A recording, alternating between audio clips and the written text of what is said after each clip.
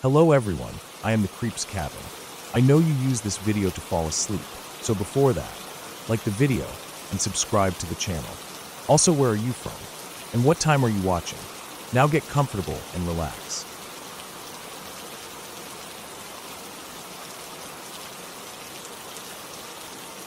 I was born into a family that didn't talk much about fear. My parents were practical people, the kind who handled problems as they came without making a big fuss. They believed in locking doors, checking the windows at night, and teaching their kids to be aware of their surroundings. But they never sat us down and told us about the danger that lurked just beyond what we could see. I didn't know, as a child, that there was a woman watching us, that she had been watching for years.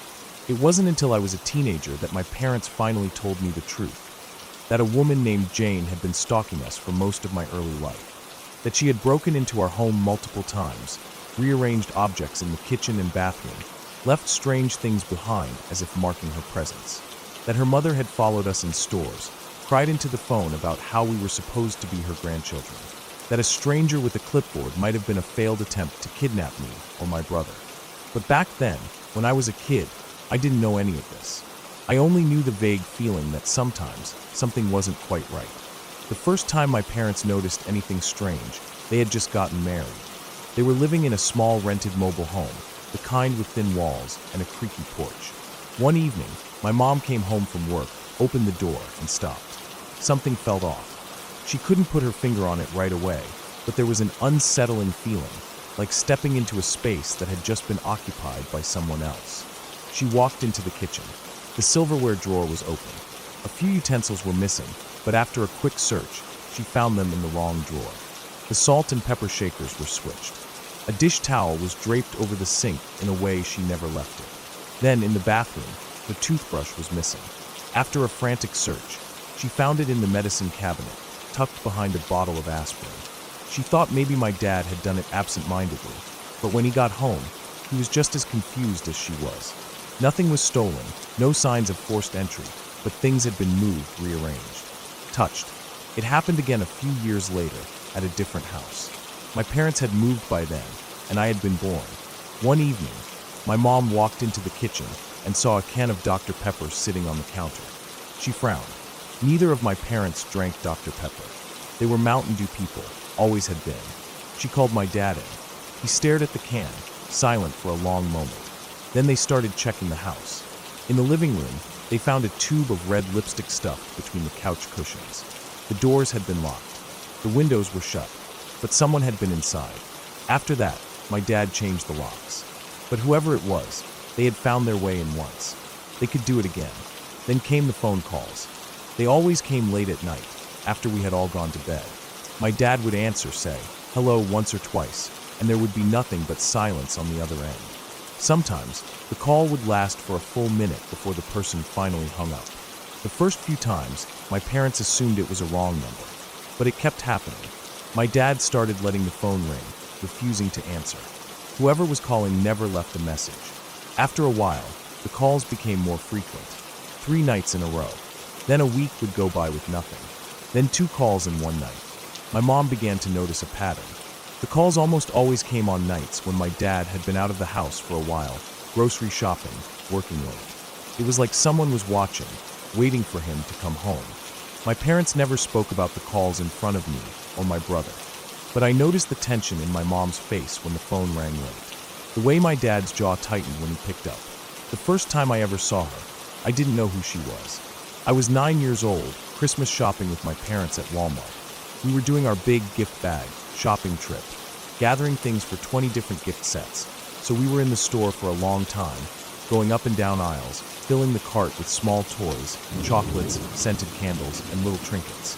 Somewhere in the middle of the trip, I noticed her. An older woman, maybe in her 60s, with short, graying hair and sad eyes. I saw her first in the toy aisle, staring at a display of stuffed animals. Then again, 20 minutes later near the candles. At first, I didn't think much of it. People overlap in stores all the time. But then I saw her in the checkout line, standing 2 lanes over, not buying anything, just watching. That night, the phone rang again. My dad answered. There was silence, then a woman's voice, thick with tears. It was Jane's mother. She was sobbing, apologizing, saying she hadn't meant to follow us, that she just wanted to see the children she should have had as her grandchildren. She blabbered, something about fate, about things being meant to be. My dad hung up without saying a word. The next summer, my brother and I were playing in the backyard. He was 5, I was 10. It was a hot day, and we had been outside for hours, playing some game only kids understand, chasing each other through the tall grass near the back fence. That's when she walked up. A woman in khakis, a polo shirt, and sunglasses. She carried a clipboard. "Hi guys," she said, cheerful. She stopped near the power meter, about 20 feet away from us. She looked at the numbers, jotted something down. My mom happened to walk by the window at that moment. She saw the woman, came outside, asked if she needed anything. The woman responded politely, gave a friendly reply, then left. It seemed normal. 3 days later, the real power company guy showed up. My mom, having just seen someone check the meter, was confused and asked for ID. The man frowned. "I don't know who that was," he said. "We don't have any female staff that do readings." After that, my parents got even more careful. We weren't allowed to play outside alone anymore. My mom started checking the locks twice before bed, but I still didn't know why. I didn't know about any of this, not the break-ins, not the calls, not the woman in Walmart, not the woman in the backyard, until I was a teenager. My parents sat me down one night and told me everything. Jane had been in love with my dad, obsessed with him. She never let go, and neither did her mother. For years they watched. They followed us in stores, called our house, broke in when we weren't home. They might have planned to take me or my brother. We would never know how far they would have gone. But by the time I was a teenager, the phone calls had stopped. The break-ins had stopped. Jane had disappeared from our lives, one way or another. I don't know where she is now. I don't want to.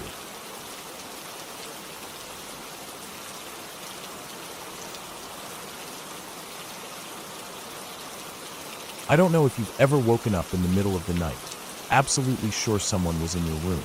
That feeling, that creeping, skin-tightening dread, doesn't leave you quickly. It stays in your bones, lingers in the back of your mind when you're alone, sits heavy on your chest when the room is too quiet. That's exactly what happened to me 4 years ago on a cruise with my best friend. We had been planning this trip for months, hyping it up, counting down the days. A week of drinking, partying, shopping in Mexico, pure freedom. I was in my mid-20s, still in that phase where I thought I could drink without consequence, still eager to push my limits. And that night I did. I don't remember how much vodka I drank, only that it was a lot. Shots at dinner, mixed drinks at the bar, more shots after that. The ship's casino had sucked us in, and somewhere between the flashing lights and the free drinks, my brain had stopped keeping track. By the time we stumbled back to our cabin, I was on autopilot, clumsy, giggling, past the point of caring. Our room was nice, a little cramped, like all cruise cabins, but comfortable. We had a small bathroom to the left, 2 beds on either side of the room, and a sliding glass door leading out to our private balcony. The sea was pitch black at night, nothing but empty darkness stretching forever. But in the daylight, it was beautiful, the kind of view you paid extra for. I don't even remember getting into bed. The last thing I recall was my best friend mumbling something about her phone before the world tilted, and I was out. The next thing I knew, I was suddenly, inexplicably awake. No slow stirring, no groggy confusion. Just awake, heart hammering, with that prickling awareness that something was off. The room was dark except for a faint glow from the hallway creeping in under the door. I was still drunk, my thoughts slow and heavy. But even in that half-conscious state, I immediately noticed the balcony door was open. Not cracked, not slightly ajar. Wide open. A humid gust of ocean air drifted into the cabin, the curtains barely moving in the breeze. The ship was still moving, cutting through the waves, but from inside the room, everything was eerily silent. I turned my head. My best friend was sound asleep in the other bed, completely still under the covers. For a few seconds, I just stared at the door, trying to piece together what I was seeing. Cruise ship doors don't just open. They're heavy, solid, built to withstand storms and wind. Not only that, but they lock automatically from the inside. You have to physically slide the bolt to keep them open. I sat up slowly, my head pounding, and swung my legs over the side of the bed. I didn't want to get up. Every instinct in me said to leave it alone, go back to sleep. But something about that open door felt wrong. I forced myself to stand, my legs unsteady, and took a few slow steps toward it. The air outside was thick with salt and humidity. I gripped the handle and slid the door shut, making sure it latched. The clunk of the lock sounded deafening in the quiet room. I stood there for a second, staring at my reflection in the glass, then stumbled back to bed. Within seconds, I was out again. I don't know how much time passed before I woke up again. Could have been minutes, could have been hours. But this time, I didn't wake up to an open door. I woke up because someone was in my room. I knew it before I even opened my eyes. That horrible, that deep awareness. The feeling of being watched. And when I did open my eyes, I saw him. A man, standing at the foot of my bed. My brain didn't register it at first. I blinked hard, trying to focus. The cabin was dark, but there was enough light from the hallway to see him clearly. He was tall, thin, standing unnaturally still. His head was tilted at an odd angle, his shoulders stiff, and he was covered in blood. His face, his clothes dark, smeared stains everywhere. His arms hung limply at his sides. His head, it was twisted too far to the left, like his neck had been snapped. I couldn't move, couldn't breathe, couldn't scream, just stared. For a split second, my brain told me it wasn't real, that I was still drunk, still dreaming, that if I blinked again, he'd be gone. I blinked. He was still there. I don't know what part of my brain decided that the best response was to hide, but that's what I did. I yanked the blanket over my head, squeezing my eyes shut, heart pounding so hard I thought I might pass out. I laid there, frozen, waiting, listening. Nothing. No footsteps. No breathing. No movement. I don't remember falling asleep. I don't know how I managed to drift off with that kind of terror sitting in my chest, but at some point, exhaustion won over, and I faded out. The next time I woke up, it was morning. Sunlight poured into the cabin, the room filled with the quiet hum of the ship moving through the ocean. For a few long seconds, I didn't move. The memories from the night before were still fresh, still sharp. I turned my head toward the foot of the bed. Nothing, just an empty space. I sat up slowly, rubbing my face, trying to shake off the unease. That's when my best friend stirred. Before I could say anything, she groggily mumbled, "That was weird." I looked over at her. "What?" She sat up, frowning. I woke up in the middle of the night. The bathroom light was on, and the sink was running. A chill ran down my spine. I swallowed, my throat dry. "You didn't turn it on?" She shook her head. I told her everything. The open door. The man. The way he just stood there. By the time I finished, she was staring at me wide-eyed. We tried to make sense of it. Maybe I had been hallucinating from the alcohol. Maybe she had sleepwalked and turned on the sink. Maybe, maybe, there was some logical explanation. But no matter how much we tried to rationalize it, the facts didn't add up. The door had definitely been open. I hadn't dreamed that part. It had been open, and I had closed it. And that man, I had seen him. I know I saw him. After we got off the cruise, I started looking things up. Stories about the ship. Other people's experiences. That's when I found out. The ship we were on. It had a history. A long one. People had fallen overboard. Jumped. Disappeared. The stories were endless. And now, every time I think about that night, I get the same feeling I had when I woke up to that open door, like something was watching.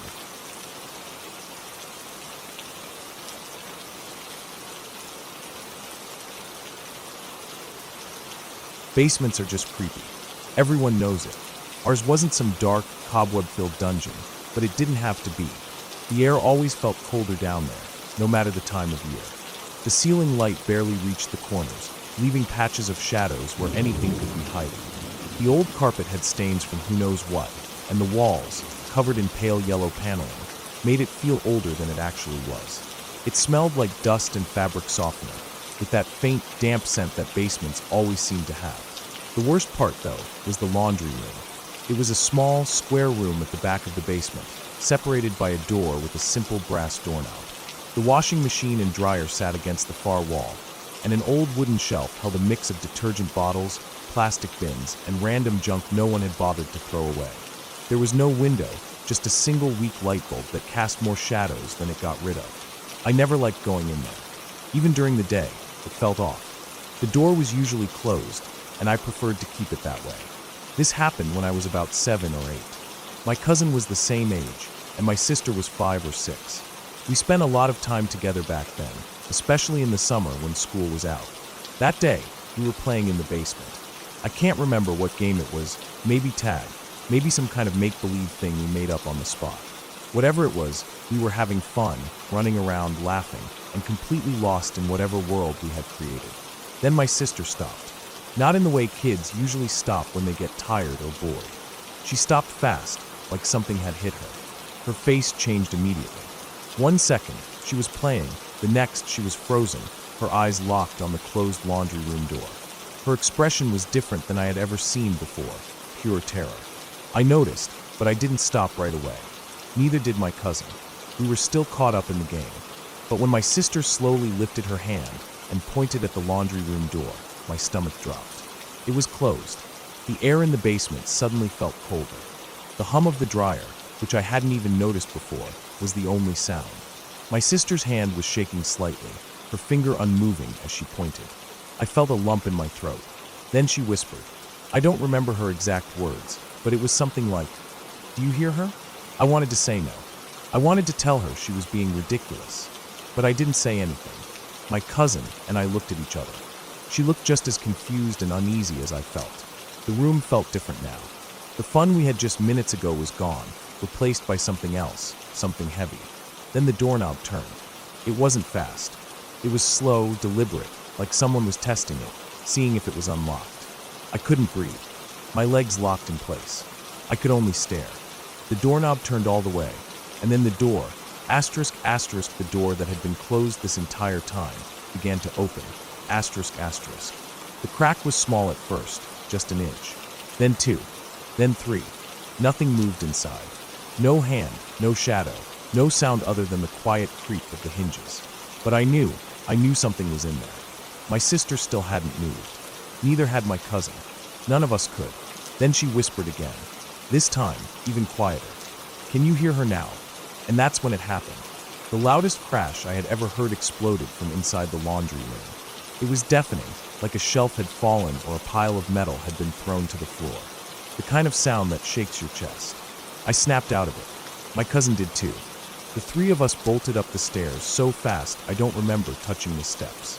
We didn't stop until we were upstairs, panting, my heart slamming against my ribs so hard it hurt. I don't remember what we told the adults. Maybe we didn't say anything. Maybe we just pretended it never happened. But I do remember that none of us went back down to the basement for the rest of the day. Later, someone, probably my mom, went down to check. I wasn't with her, but when she came back, she said the noise had been a china doll falling off the shelf in the laundry room. A single doll. It had hit the floor, bounced, and landed upright. No cracks, no damage, nothing. But that shelf, it wasn't wobbly. It wasn't at an angle, and nothing had been touching it. No one could explain why the doll had fallen.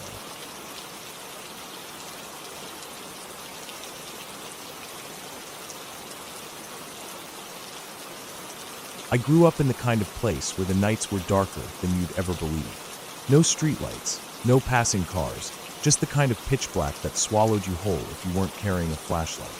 It was a rural stretch of land, dense with trees, and the roads were more like winding trails that cut through overgrown fields and patches of forest. If you weren't from there, it was easy to get lost.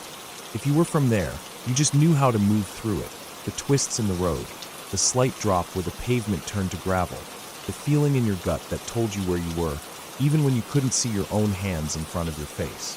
Rachel lived about a mile away, a short enough walk, but the kind that felt longer in the dark. I didn't have a car yet, and my parents had no problem letting me walk, even at night. That was just how things were. The air smelled like damp earth and grass that had been baking in the sun all day. A storm had rolled through earlier, and the humidity clung to everything, making my skin sticky even after my shower. I had thick hair, thicker than most people could manage, and I knew it.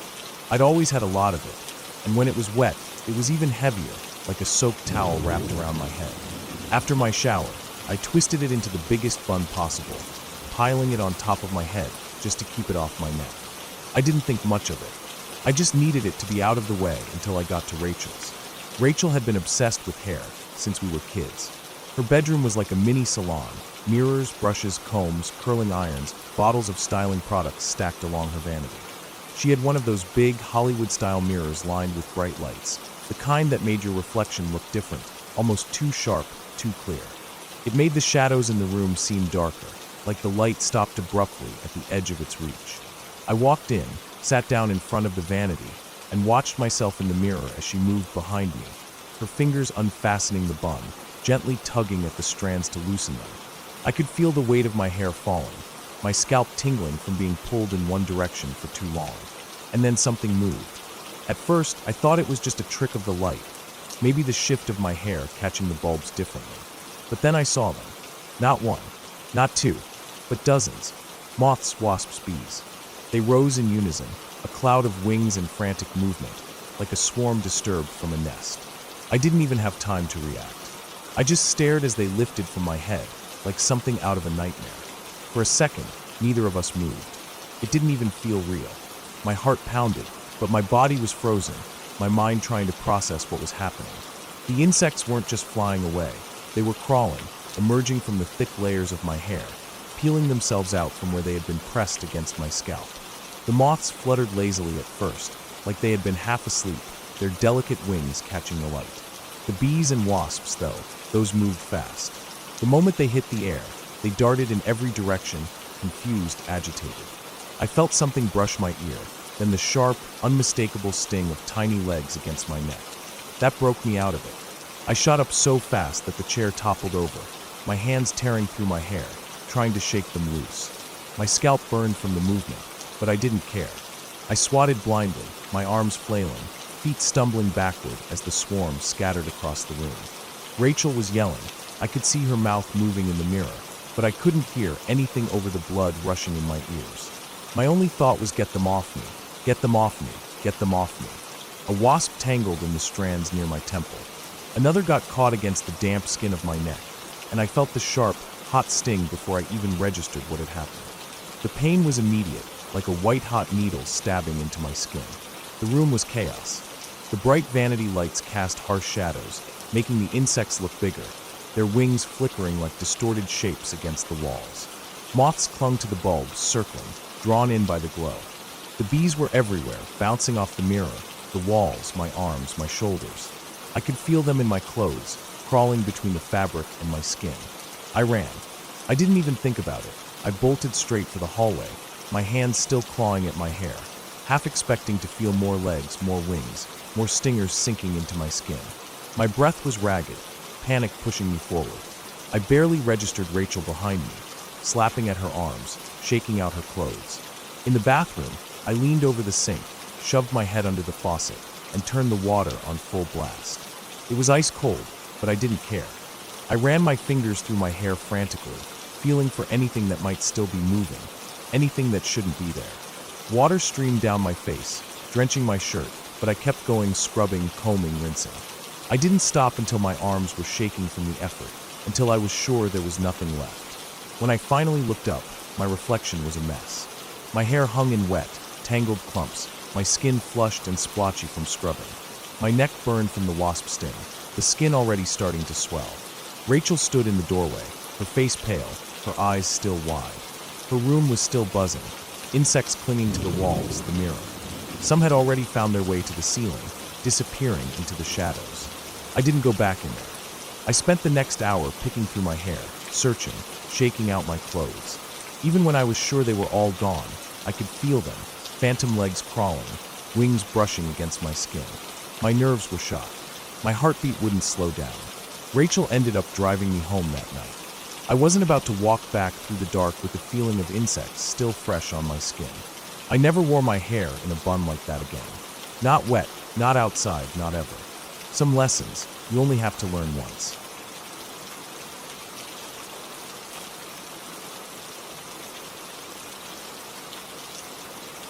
I was walking home late that Friday night, tired but glad to finally be heading back. My shift had been long, and my feet ached from standing all night. It was after 1 a.m., so the bars had already closed, and the streets were mostly empty.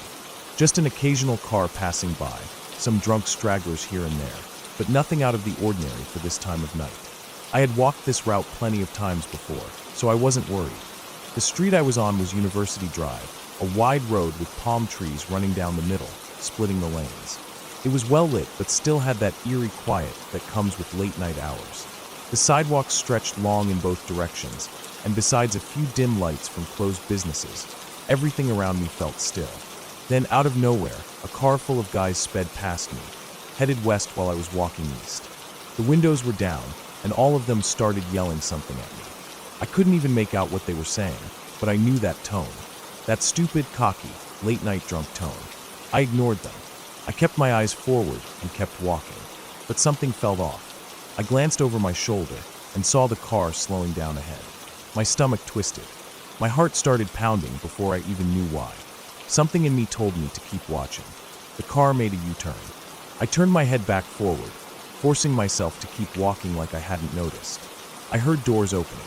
Then I heard footsteps. My whole body went cold. 2 of them had gotten out of the car. I didn't think. I just ran. I didn't care about my sore feet, my tired legs, or how much distance I still had to cover. I ran like my life depended on it. The sidewalk stretched ahead, but I didn't plan on staying on it for long. Running in a straight line was stupid. They had a car. They could catch up in seconds. My only chance was to get somewhere they couldn't follow. I spotted a side street up ahead, one that cut onto campus. I darted into it. My heart was hammering. My lungs burned. But I pushed forward, knowing I couldn't stop. I could hear the car behind me. The engine revved as they tore down the street after me. I didn't turn around. I didn't want to see how close they were. The street was a dead end for cars, but not for me. I knew that. I had walked this way before. At the end, there were footpaths leading onto campus, narrow ones that wound through trees and buildings. If I could reach them, they wouldn't be able to follow. I ran harder. The moment I reached the end of the road, I veered off onto the first path I saw, practically throwing myself into the trees. Branches scratched at my arms. Leaves crunched beneath my feet. But I didn't slow down. I dove into the bushes and crouched down, trying to quiet my breathing. My chest was heaving. My whole body was shaking. I listened. The car stopped. Doors slammed. Footsteps. 3 of them this time. I clenched my teeth, trying not to make a sound. They were close. I could hear them talking, though I couldn't make out the words. They were checking the paths, trying to figure out where I had gone. I shrank further into the bushes, pressing myself against the ground. My hands were shaking. My mouth was dry. Every part of me screamed to move, to run, but I knew that would only give me away. I held my breath. One of them spoke, then another, then silence. I heard one of them sigh. Then I heard the words that made my blood run cold. Damn, she was fast. Then footsteps again. Doors opening. The engine started. I stayed perfectly still as the car pulled away. I didn't move. I didn't even breathe properly. I just stayed there, waiting. Minutes passed. Then more. I told myself to count to 60. Then another 60. Then another. 20 minutes must have gone by before I finally felt safe enough to move. Slowly, carefully, I untangled myself from the bushes and peered out toward the street. It was empty. I exhaled shakily. My hands were still trembling. My legs felt weak as I stood up. I wiped my hands on my jeans, trying to brush off the dirt, but it didn't matter. I had never been so scared in my life. I took the longest route home that night, sticking to well-lit paths, constantly looking over my shoulder. I didn't stop moving until I was back inside, door locked, heart still racing. After that night, I never walked home alone again. If I worked a late shift, one of the guys from my dorm always walked me back. I didn't argue. I knew how lucky I had been.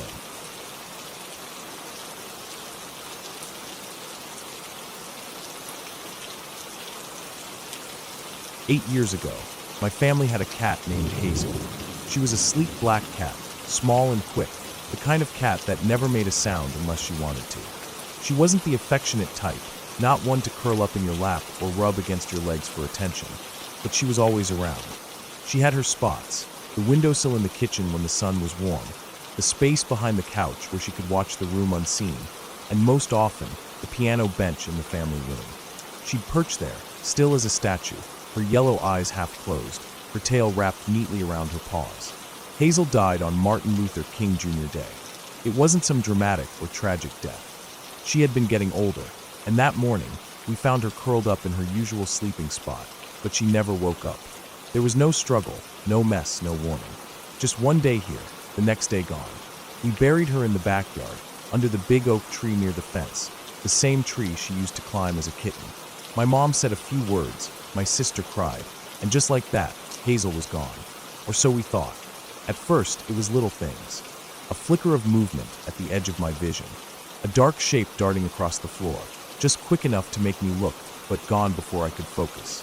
It happened to all of us, but we never said anything out loud. Maybe because it seemed too ridiculous to acknowledge, or maybe because none of us wanted to admit we were still thinking about her. One day, about a month after Hazel died, I was walking into the family room.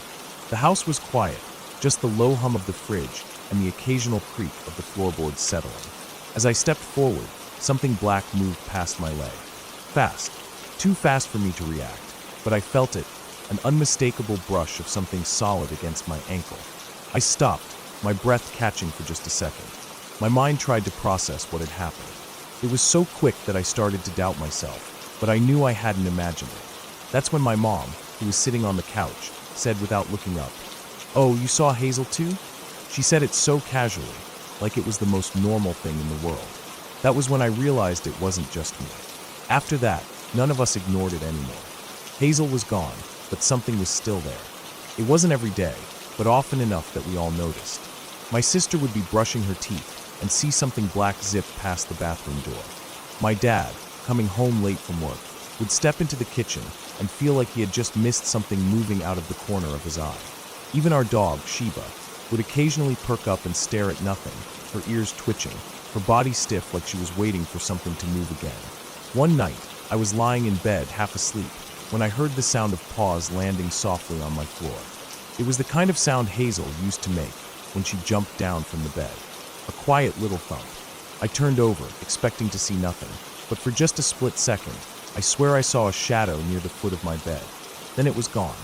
By the time October rolled around, we had all learned to ignore it. Not because it wasn't happening, but because acknowledging it didn't change anything.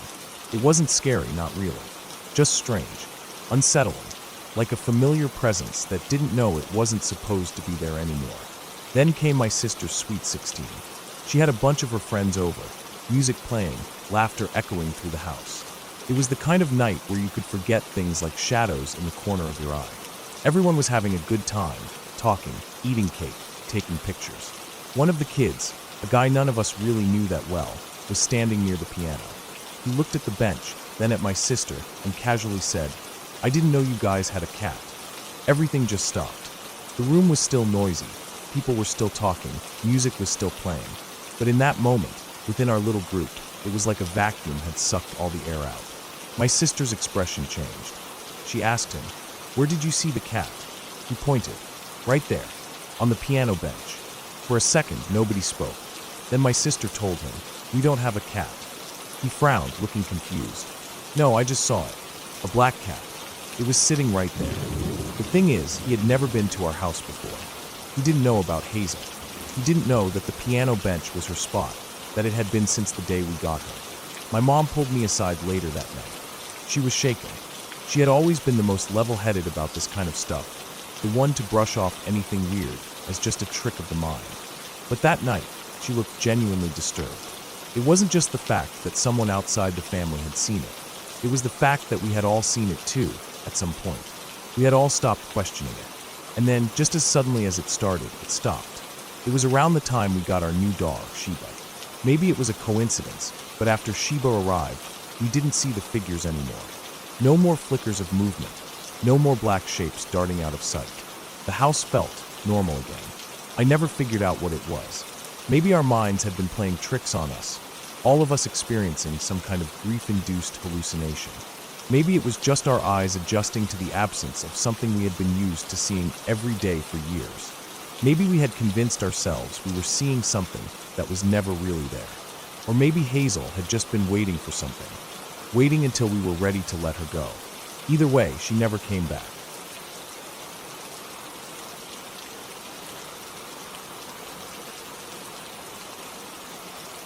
I never liked being home alone. It wasn't that I was scared of the dark or believed in ghosts, I didn't. But there was something about the quiet, about being in a house that should be empty, that always made my skin crawl. The silence wasn't really silent. The house still made noises. The hum of the fridge, the occasional pop in the walls from settling, the faint creak of wood expanding under the weight of nothing at all. It was the kind of stuff you didn't notice when other people were home, drowned out by the sound of a TV, someone in the kitchen, or just knowing someone else was around. But this day started like any other. It was a regular weekday, just after school.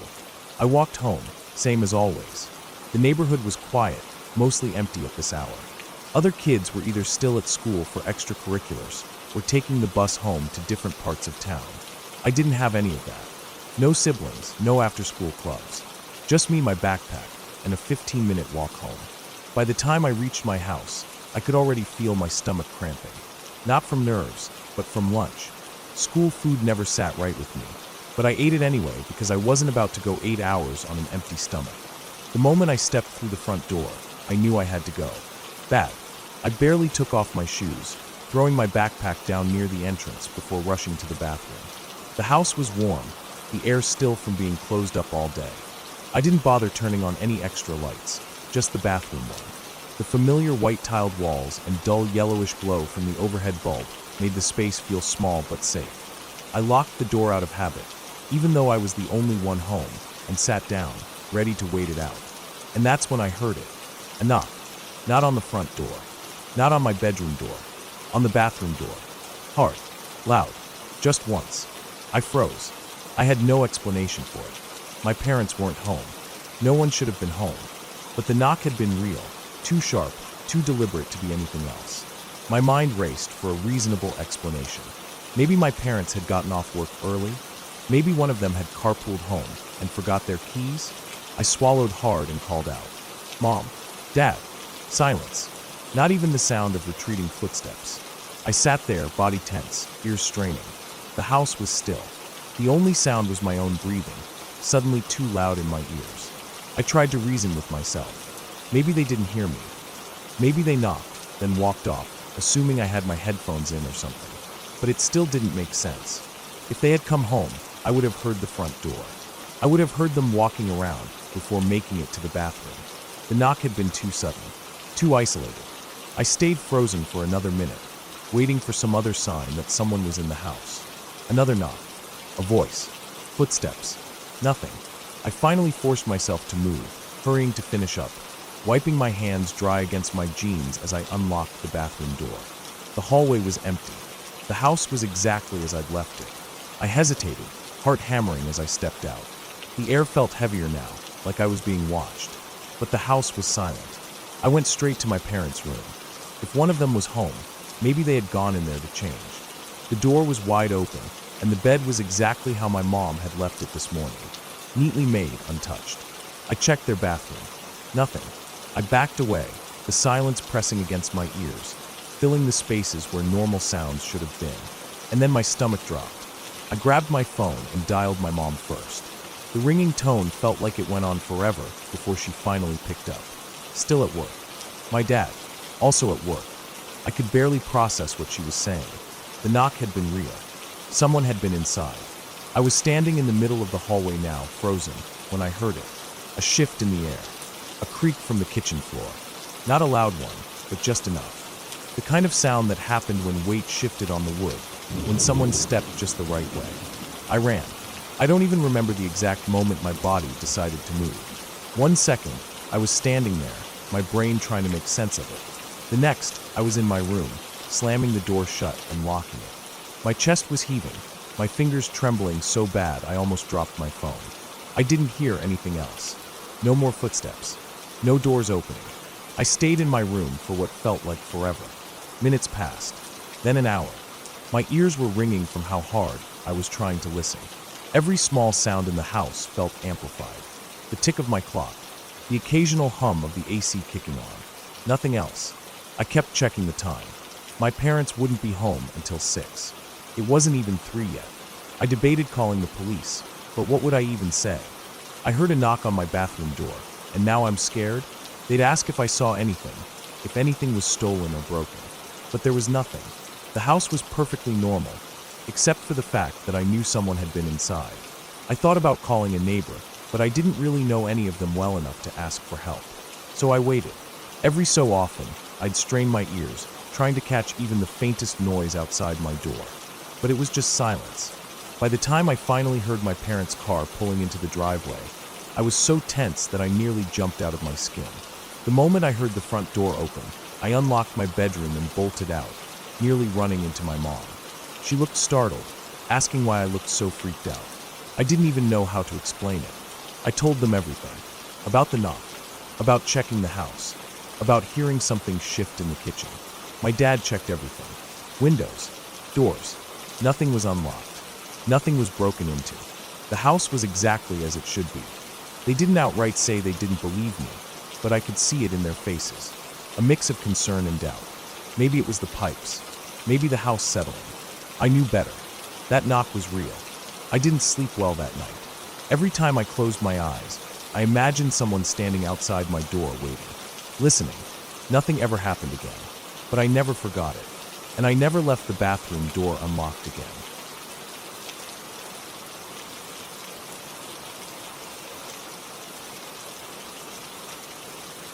I had been checking my phone every few minutes, staring at the last message he sent.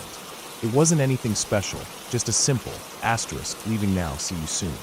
Asterisk, but as the hours stretched on, that message started to feel heavier. I sat on the couch, pulling my knees to my chest, trying to ignore the unease settling in my stomach. He had gone to watch the game, something he had looked forward to all week. A 2-hour drive there, a 2-hour drive back.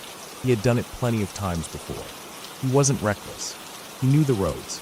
He had driven home late at night more times than I could count. But it was past midnight now. He should have been home hours ago. The house was quiet except for the low hum of the refrigerator and the occasional creak of the wooden floor as the house settled. The baby monitor sat on the coffee table, silent, showing the soft rise and fall of my daughter's tiny chest. She was safe in her bed, unaware of the growing anxiety twisting inside me. I checked my phone again. No missed calls. No new messages. I told myself not to panic. Maybe he stopped for gas and got delayed. Maybe traffic was worse than expected. Maybe his phone had died. There were 100 explanations that didn't mean something was wrong. But I knew. Deep down, I already knew. I got up and walked to the window, pushing the curtain aside just enough to see the driveway. Empty. The porch light cast a weak glow on the pavement, but his car wasn't there. I bit my lip, holding back the worst thoughts. I knew I should sleep. I knew sitting here worrying wouldn't bring him home any faster. But the couch felt like the only place I could be right now. So I sat and waited. By the time the sky started turning a dull shade of gray, I couldn't take it anymore. I called his phone first, but it went straight to voicemail. I tried again. Same thing. I texted him. No reply. I called his parents. His mom answered, groggy and confused at first, but I heard the change in her voice the moment she understood why I was calling. Try not to panic, she said, though I could hear the worry she was trying to hide. I hung up and called his best friend next. He had been at the game with him, but had left earlier. He hadn't heard from him either. That was when I knew something was really wrong. His parents called the hospitals, while I called the police stations. His best friend said he would drive along the route home to check for any signs of him. Everyone was moving, searching, doing something. But all I could do was sit there waiting. The house felt colder, emptier, even though nothing had changed. I kept checking the window, as if I'd see headlights coming up the driveway. I imagined him walking through the door, exhausted but safe, apologizing for worrying me. But the sun kept rising, and he still wasn't home. At some point, my daughter woke up. I didn't even hear her come into the living room until she was tugging at my sleeve, rubbing sleep from her eyes. She looked up at me with that innocent expression only children have, unaware of the weight pressing down on my chest. And then she said something that made my blood run cold. "Why are you crying, Mommy? Daddy is sitting here." She pointed to the chair across the room. I stared at her, then at the chair. Empty. My heart thumped so hard I could hear it in my ears. My hands felt cold. I didn't know what to say. I wanted to ask her what she meant, but I couldn't bring myself to say the words. Instead, I pulled her into my lap, holding her close. She snuggled against me, warm and small, oblivious to the fear curling around my ribs like a fist. I told myself it was nothing. Kids said strange things all the time. Maybe she was dreaming. Maybe she didn't understand what she was saying. But I couldn't shake the feeling that something had just shifted, like a thread being pulled loose. I didn't have time to dwell on it, though, because a few hours later, the call came. His car had been found. There had been an accident. They said it was quick. A collision. The impact had been instant. He never made it out of the city. He had died hours ago, while I was sitting on that couch waiting. I don't remember much after that. Everything blurred together. The sound of his mother's sobs through the phone, the way my own body went numb. I think I dropped my phone. I think I sat there for a long time, staring at nothing. At some point, my daughter crawled into my lap again. She pointed at the chair once more, like she was waiting for me to notice something. But I couldn't look. I just held her close, pressing my face into her hair, and cried. And this time, I didn't stop her from seeing, because she was right. He should have been sitting there. But he wasn't, and he never would be again.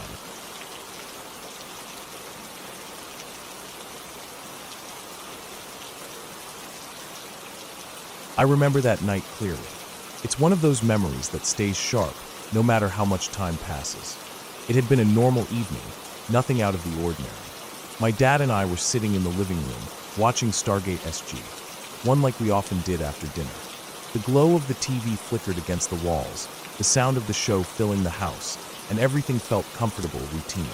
Our house was old, older than any of the houses around it. It sat up on a small hill, and the only way up was a steep set of concrete steps leading to the front porch. It wasn't the kind of house that got unexpected visitors, especially not at night.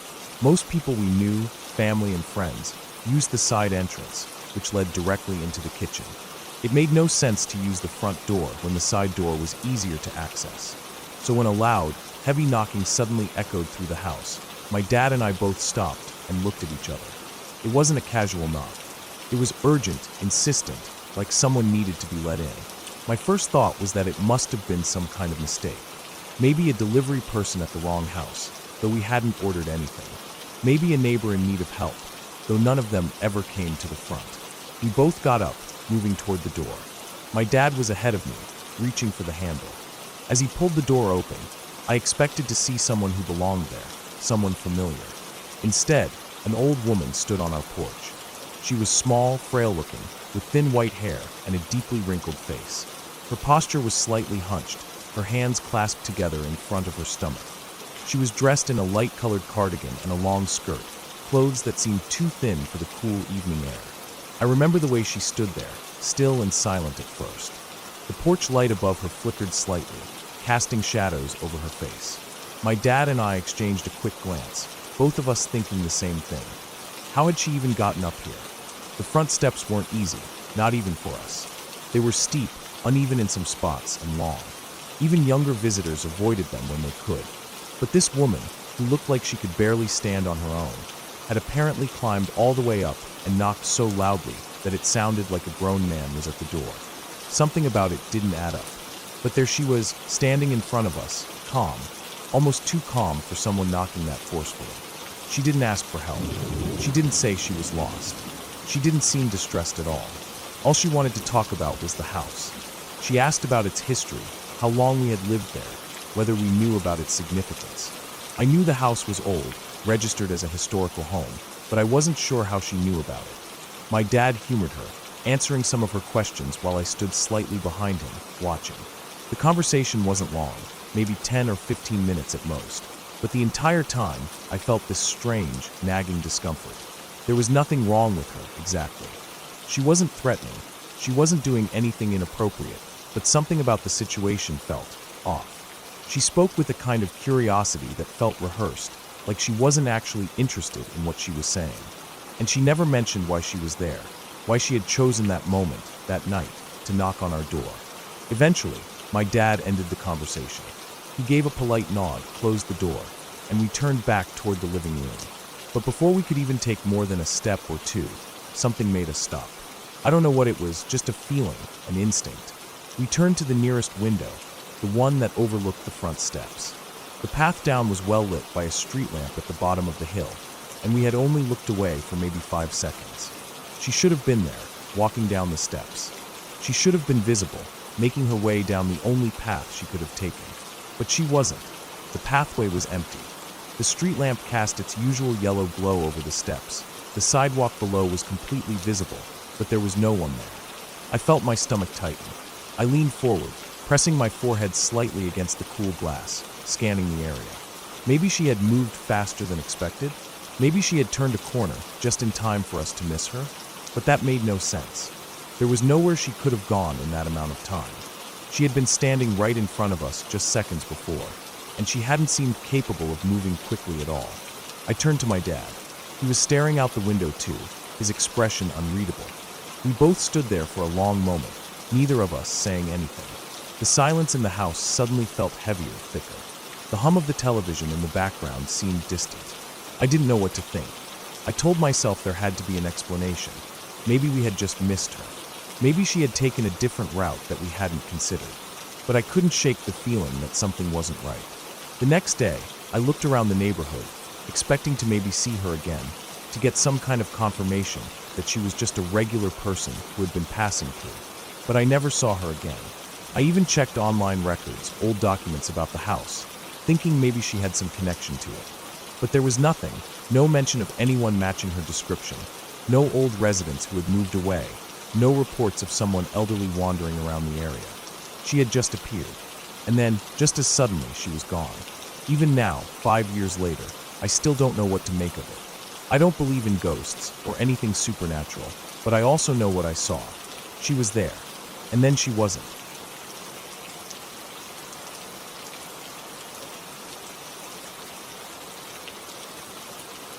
I was 9 years old when it happened.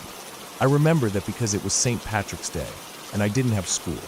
That part stands out, the feeling of a free day in the middle of the week, when everything should have been normal, boring, even. But instead, that day sits in my mind like a bad dream I can't wake up from. It started off ordinary. My mom and I had been at home for most of the morning, just the two of us. She wasn't in a good mood, though. I could tell. Even as a kid, I noticed the way her face was set, the way she kept checking her phone, reading messages, sometimes typing something out, and then deleting it. I didn't know exactly what was going on, but I knew it had to do with the guy she'd been seeing. I didn't like him. I didn't hate him either. He was just there. Sometimes he was nice, sometimes he wasn't. The kind of guy who acted differently depending on the day, and you could never really tell what you were going to get. I had been around enough adults by then to know that was a bad sign. That afternoon, my mom told me we had to go to his apartment. She didn't say why, and I didn't ask. When you're a kid, you just go where the adults take you. I remember the drive, gray sky, empty streets, the quiet inside the car. My mom had one hand on the wheel and the other tapping her phone screen, her jaw tight. I just looked out the window, watching the houses and bare trees blur past. His apartment was on the 3rd floor of an old building, the kind with long hallways that smelled like old carpet and cigarette smoke, where every door looked the same except for the numbers on them. When we got inside, it felt tense right away. The air was thick, like the whole room had been holding its breath. I sat in the living room, legs swinging off the edge of the couch, while my mom and him went into another room. I don't know what was supposed to happen that day, if she had come to pick something up, or if she was trying to talk to him one last time. All I know is that almost as soon as they were behind that closed door, they started yelling. It was the kind of yelling that made your stomach drop. Not just an argument, something worse. I didn't understand everything they were saying, but I caught pieces of it, words flying like knives. I froze. I kept my eyes on the TV, but I wasn't really looking at it. I was just listening, heart pounding, waiting for whatever came next. Then my mom's voice cut through everything. Go outside. I didn't hesitate. I got up and walked straight to the door. I didn't run. I knew better than to run in situations like that. Running meant something was wrong. Running meant drawing attention. I just walked out like I wasn't scared, like nothing was happening. I stepped outside onto the walkway that ran along the 3rd floor, gripping the railing with both hands. The metal was cold. I remember looking down at the parking lot below, at the cars lined up in their spots. The world outside was still and quiet, like nothing bad was happening at all. I just stood there, waiting. Minutes passed. Maybe more. It felt like forever. I shifted from foot to foot, my hands sweaty on the railing. I didn't know what was going on inside, and I didn't want to know. I just wanted my mom to come out, for us to leave, for everything to go back to normal. And then the door opened. She didn't say anything. She just grabbed my hand and we ran. Down the walkway, down the stairs, across the parking lot. My heart was hammering so hard it felt like it was in my throat. I didn't look back. I didn't need to. My mom's grip on my hand was tight, her nails digging into my skin. We reached her SUV, and she yanked the door open, practically shoving me inside before scrambling into the driver's seat. The engine roared to life, and then we were moving, tires screeching against the pavement. It wasn't until we were halfway down the street that I finally looked over at her. Her hands were white-knuckled on the wheel, her face pale. She was breathing hard, but she didn't say a word. Neither did I. I just sat there, staring out the windshield, my own breath shaky, my legs still trembling from the run. I didn't know then what had just happened. I didn't know why we ran, why my mom had looked so scared. All I knew was that something was wrong, something big and dangerous, and we had barely escaped it. It wasn't until years later that I learned the truth. He had been drunk, and he had a gun, a loaded one. I still don't know all the details, but I know this. My mom had gotten it away from him. Somehow, in the middle of that argument, in the middle of everything going wrong, she had managed to take the gun from him and shove it under his bed. I don't know if he let her, if he was too drunk to stop her, or if she fought him for it. But she got it away from him, and then we ran. I try not to think about what could have happened if she hadn't. If he had pulled it out, if he had pointed it at her, or me, if he had done something irreversible. But I do think about it. I can't help it. I think about how close we came to something terrible, how easy it would have been for that day to end differently. I never saw him again after that. Neither did my mom. She never talked about him much after that day, never mentioned his name. It was like he just disappeared, erased from our lives. But that memory is still there. That moment of waiting outside on the walkway, staring down at the parking lot, feeling the cold railing under my hands. The way my mom grabbed my hand and ran. The way we didn't stop until we were far, far away. I was only 9. I didn't fully understand what had happened then, but I do now, and it terrifies me, because I know how close we came.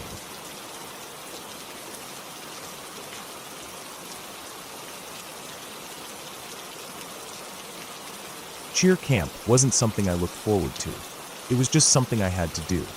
Every summer before school started, our squad would spend a few days at a university campus learning new stunts and routines, competing with other teams and bonding. At least, that was the goal. Most of the girls loved it, treating it like a mini vacation where they could be as loud and wild as they wanted. But I wasn't like them. I liked my space. I liked my quiet. We stayed in dorms during camp, 3 to a room. The university was old, with heavy wooden doors and narrow hallways lined with dorm rooms that looked identical. The walls were an off-white color, the kind that always looked slightly dirty, no matter how much you cleaned them. The floors were a dull, worn-out brown tile that had seen better days.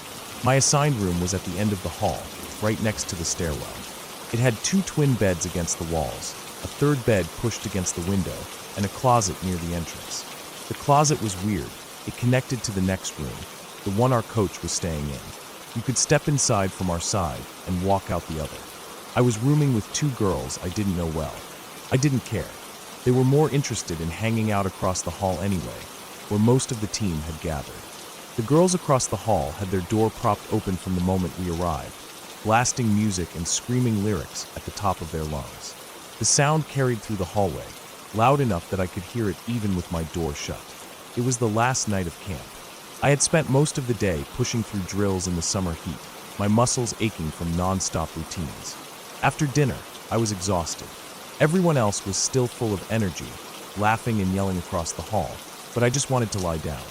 I shut the door to our room, stretched out on the floor, and set my boombox next to me.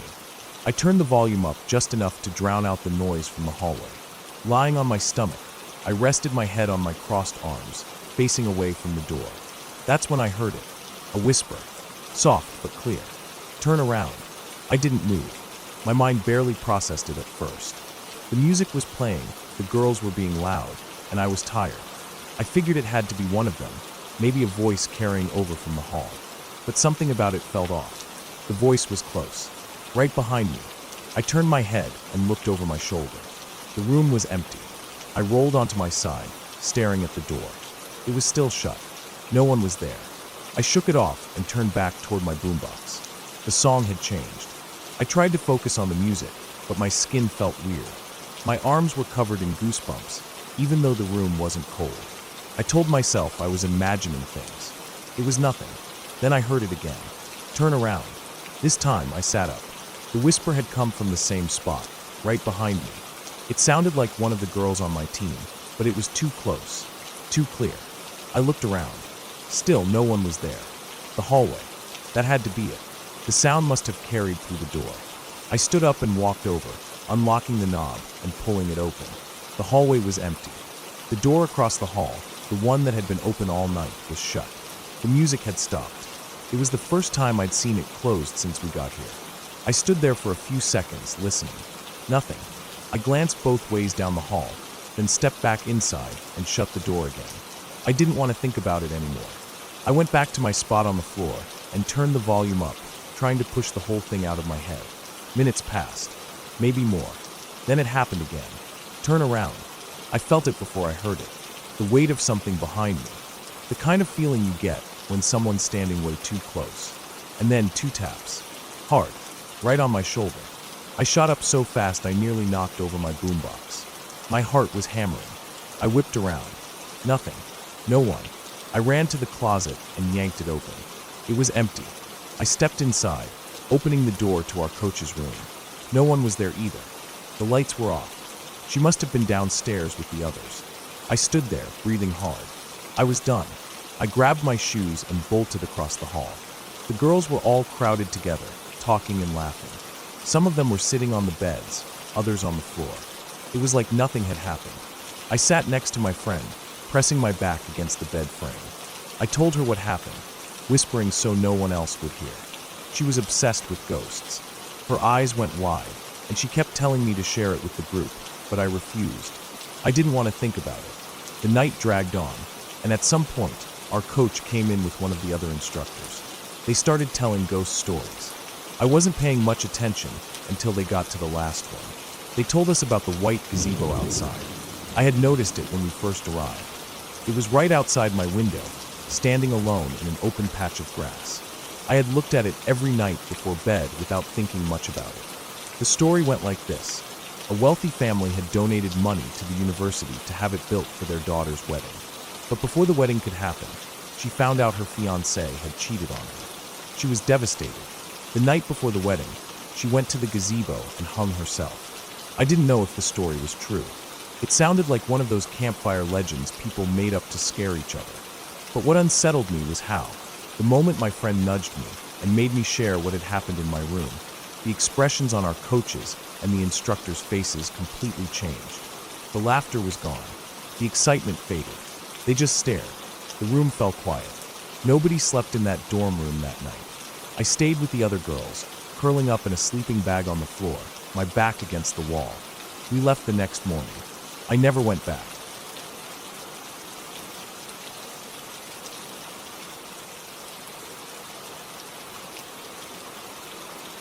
I used to live alone in a small, one-bedroom upstairs apartment.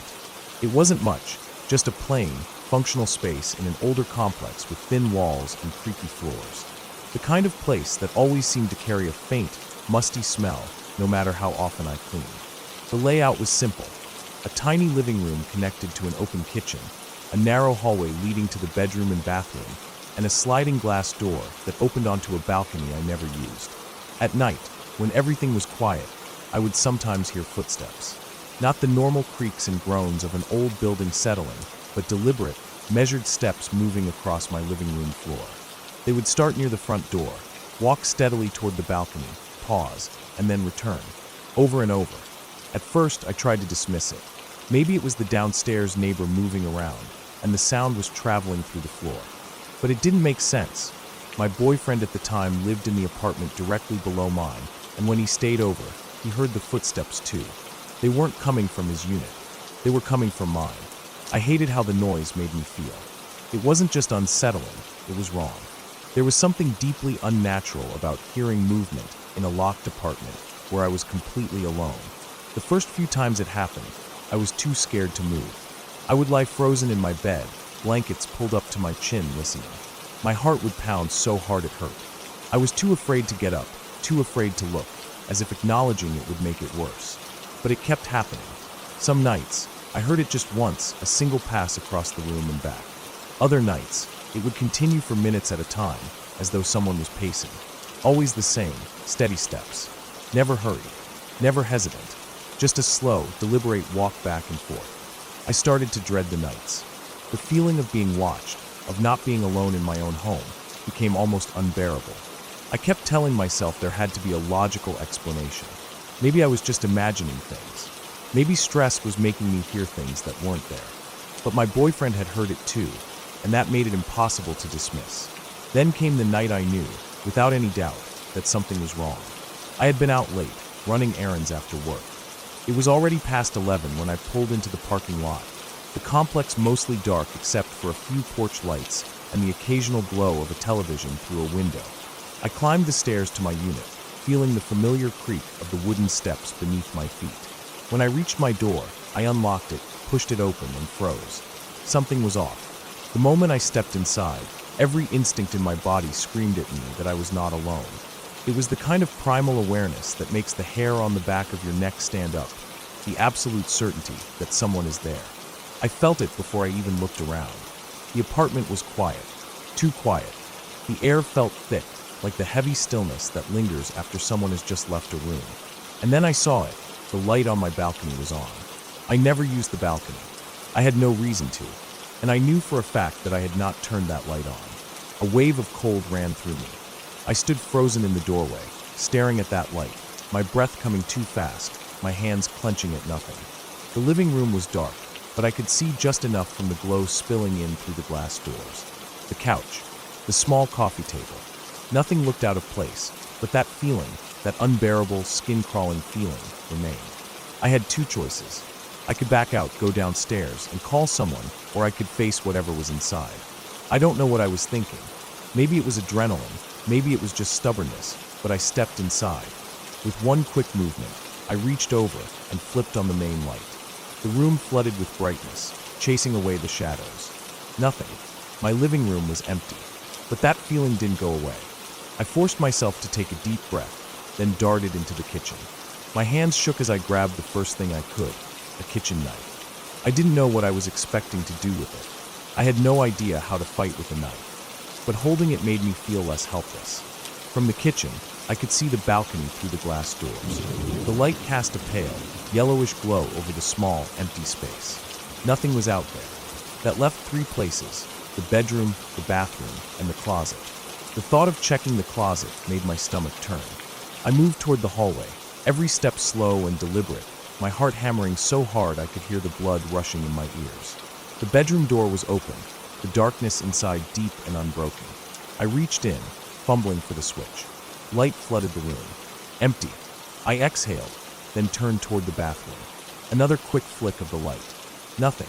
That just left the closet. I stood in front of it, the closed door seeming too solid, too final.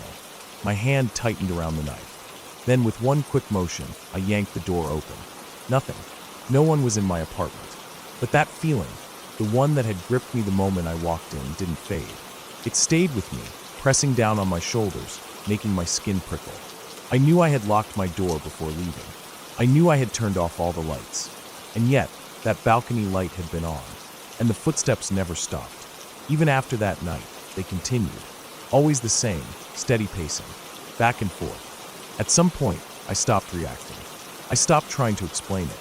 The fear dulled into something else, resignation maybe. It wasn't normal, it wasn't logical, but it was real. Eventually, I moved out. I never told my landlord, never reported anything. What would I have said? That my apartment felt wrong, that I heard footsteps at night, that a light I never used had been on when I came home one night? Feelings proved nothing, but I know I didn't turn that light on, and I know I was never alone in that apartment.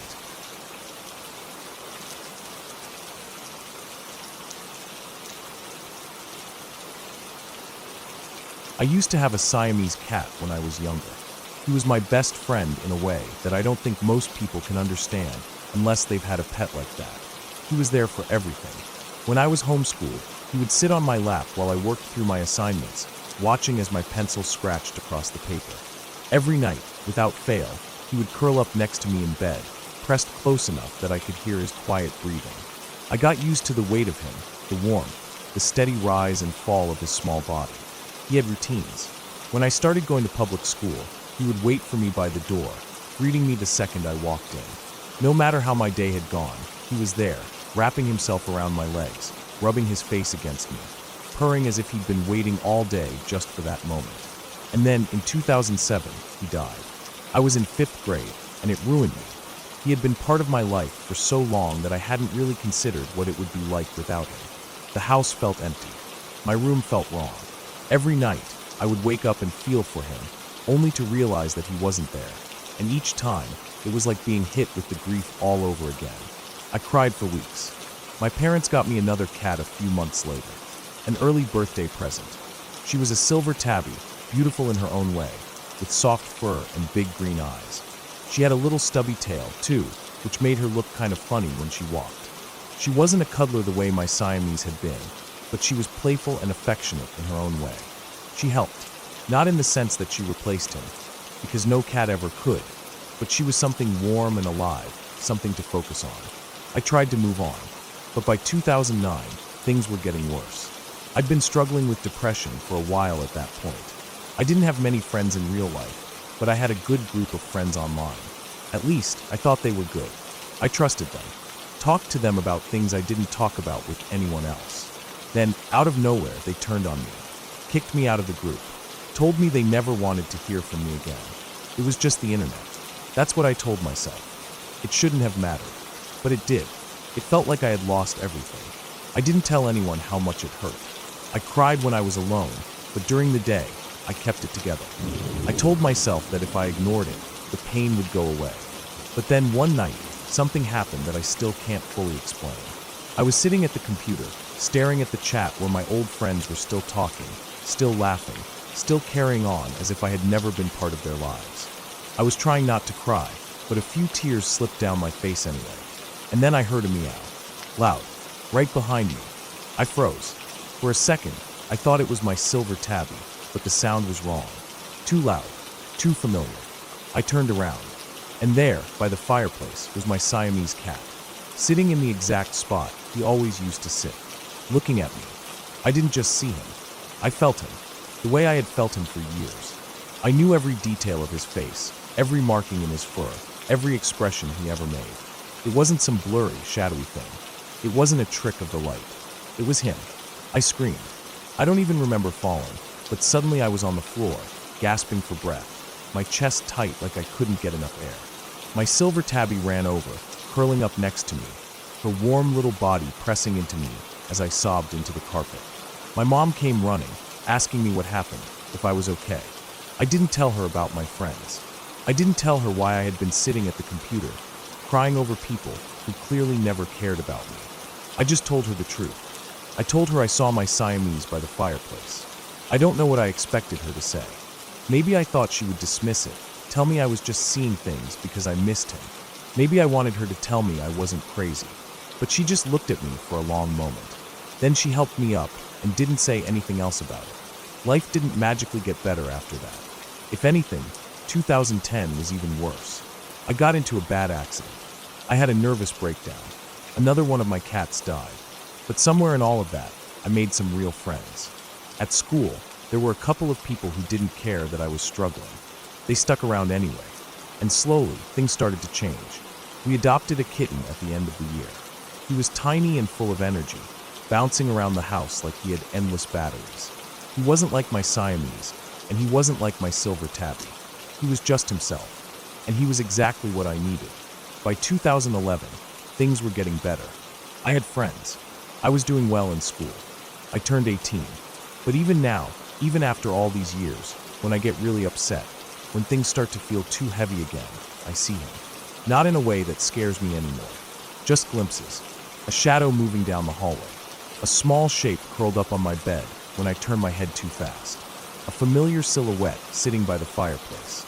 I used to think it meant something, that he was trying to tell me something. But now, I think it's just a part of me. A memory so strong that my brain keeps bringing it back, like a scar that never really fades.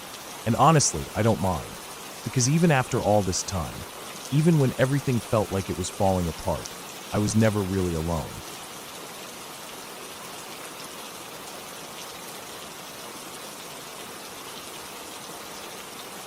I still remember that morning clearly. It was around 2001, back when my parents were still together, living in the small house they had bought a few years after getting married. It wasn't anything fancy, just a modest, single-story home on the edge of town. The kind of place where the nights were quiet and the mornings stretched out lazily, the sun rolling up over the horizon in slow motion. They had a habit of sitting out on the front porch together in the early hours, coffee in hand, watching the sky shift from black to deep blue, then soft orange. It was one of those routines that seemed unshakable, like the world could be falling apart, but they would still be out there, listening to the wind move through the trees, waiting for the first rays of daylight. That morning wasn't any different. They had gotten up early, settled into their usual spots on the porch, and were watching the quiet street in front of them. The air was still, cool with the lingering touch of night, and the neighborhood was silent. No cars, no movement, just the two of them, the smell of coffee, and the slow, creeping sunrise. Then out of nowhere, the doorbell rang. It wasn't a chime or a weak buzz. It was loud, sharp, and deliberate. The kind of ring that demands attention. My dad snapped his head toward the door immediately. The button was in clear view from where they were sitting. Nobody was there. The porch light was still on from the night before, casting a yellowish glow across the front steps, making it easy to see that the space was completely empty. There was no way anyone could have pressed it without them noticing. The street was quiet, the sidewalks bare. No neighbors out for a morning walk, no cars pulling away from driveways. Just stillness. For a moment, they just sat there, staring at the door like they expected it to ring again. It didn't. They waited, listening for footsteps, for movement, anything to suggest someone had been there. But there was nothing. Just the distant sound of birds waking up, the creak of a branch shifting somewhere in the yard. The doorbell had never done that before. It wasn't old or faulty, and it wasn't one of those wireless ones that could be triggered by interference. It was a standard wired doorbell, simple, mechanical. If it rang, it meant someone had pressed the button. And yet nobody had. They chalked it up to a malfunction. Maybe a wiring issue, maybe a short. It was strange, sure, but not impossible. So after a few minutes, they let it go. They turned back to the sunrise, coffee still warm in their hands, and tried to settle back into the morning. But something lingered. That small, crawling feeling of unease, like something had been disrupted. Later that day, my dad got a call.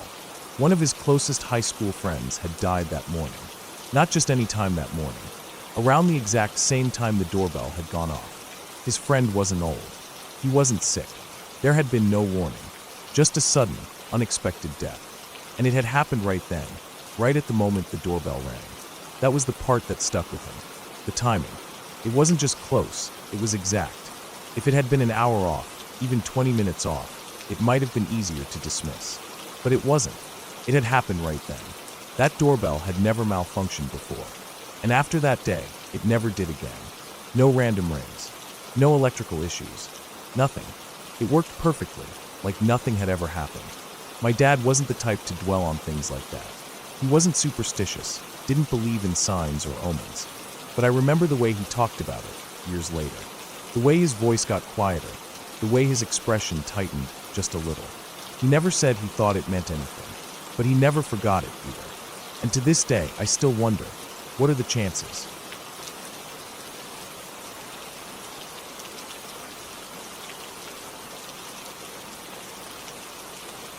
It was about 10 years ago when I used to spend most of my weekends at a land center in an old shopping mall. It was a small place, tucked into one of the quieter corners of the building, but for those of us who loved gaming, it was perfect. The guy who ran it was a friend of mine, and every Friday night, he'd host gaming parties. The place would be packed, dozens of us lined up in front of monitors, the glow of the screens reflecting off our faces, the air filled with the sounds of clicking mice, mechanical keyboards, and the occasional burst of laughter or frustration when someone lost a match. The mall itself was nothing special. It had been around for decades and was slowly falling apart, one shuttered store at a time. By the time of this story, most of the good shops had already closed down, leaving only a few discount clothing stores, a couple of fast food joints, and an old movie theater that barely got any business. It was the kind of place that still had those dim yellow lights in the hallways and a musty smell that never really went away. But we didn't care about any of that. As long as the land center was open, we had a place to be. The only way in and out of the land center during those late-night sessions was through the back entrance. The main mall doors closed at 9 p.m., but there was a side hallway that led to a fire exit, where the night guard would let us in and out. It wasn't an official rule or anything, just an arrangement we had with whoever was working security at the time. That Friday night started like any other. We had been playing for hours, caught up in our usual games, when someone mentioned they were getting hungry. Soon, everyone was tossing out orders: chips, sodas, burgers, whatever was still open. I volunteered to do the food run. I grabbed my wallet, took a few notes on what everyone wanted, and headed for the back door. When I reached it, I realized it was locked. That wasn't unusual. The guard always kept it that way for security reasons. I knocked a couple of times and waited. A few seconds passed before I called out, "Hey, can you let me out?" The door cracked open, and the night guard stepped out from behind his office. He was the guy we always saw, tall, stocky, dressed in a dark uniform that looked a little too small for him. His name tag was there, but I had never paid much attention to it. I never really needed to. He gave me a quick nod and unlocked the door. I thanked him and stepped out into the parking lot. I made my way through the near-empty mall, walking past the closed storefronts and the dim overhead lights. The place was quiet, except for the occasional squeak of my sneakers against the old tile floor. I bought everything as quickly as I could, stuffing drinks and snacks into plastic bags before heading back. When I returned, the night guard was already at the door waiting. That was the first moment that felt a little odd.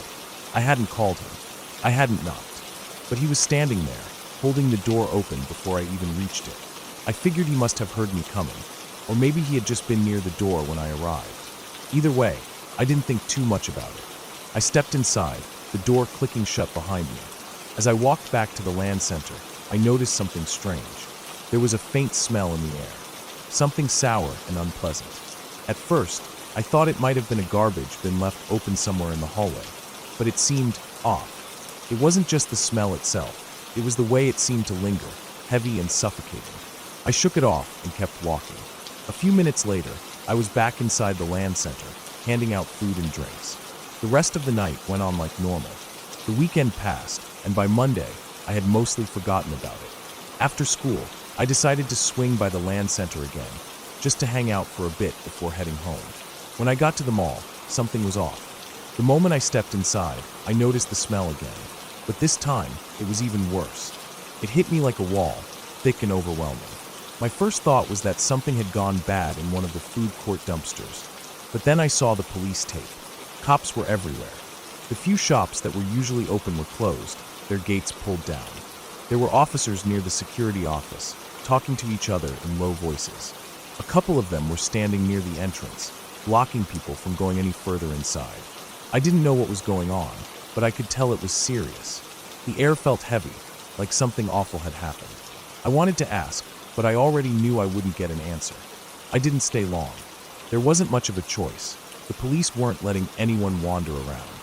After a few minutes of standing near the entrance, trying to figure out what was happening, I turned around and left. That night, the news answered everything. I was sitting in my room when the report came on.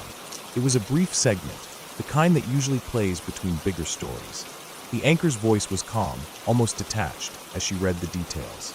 A murder at the Westfield shopping mall has left the community in shock. Authorities report that the victim, a woman who worked as a manager at the mall, was killed late Friday night. Sources say the victim had confronted a security guard over alleged theft before the attack occurred. Investigators believe the murder took place between 9 and 10 p.m. The suspect, now in custody, was identified as, and then they showed his picture. My stomach dropped. It was him, the night guard. The same guy who had let me out. The same guy who had let me back in. I couldn't move. My whole body felt frozen, like the air had been sucked out of the room. My mind was racing, trying to piece it together, trying to make sense of it. The time of death, 9 to 10 p.m. That was when I had stepped out for food. I thought back to that moment, standing outside the back door, waiting for him to unlock it. The door was locked when I arrived. It took him a few seconds to come out of his office and let me out. Had he been in there with the body? Had I walked right past the scene of the crime without even realizing it? The smell. That awful smell in the hallway when I got back. I thought it was trash. It wasn't. It was her. I remembered how he was already at the door when I returned, waiting for me before I even knocked. Had he been standing there, making sure I didn't see anything I wasn't supposed to? Had he watched me walk in, knowing what he had done just minutes earlier? I felt sick. My hands were clammy, my heartbeat pounding in my ears. For the rest of the night, I couldn't stop thinking about it. If I had walked in at the wrong moment, if I had gone back a few minutes earlier, If I had seen something I shouldn't have, I don't know what would have happened. But I know one thing for sure. I was a lot closer to real danger than I ever realized.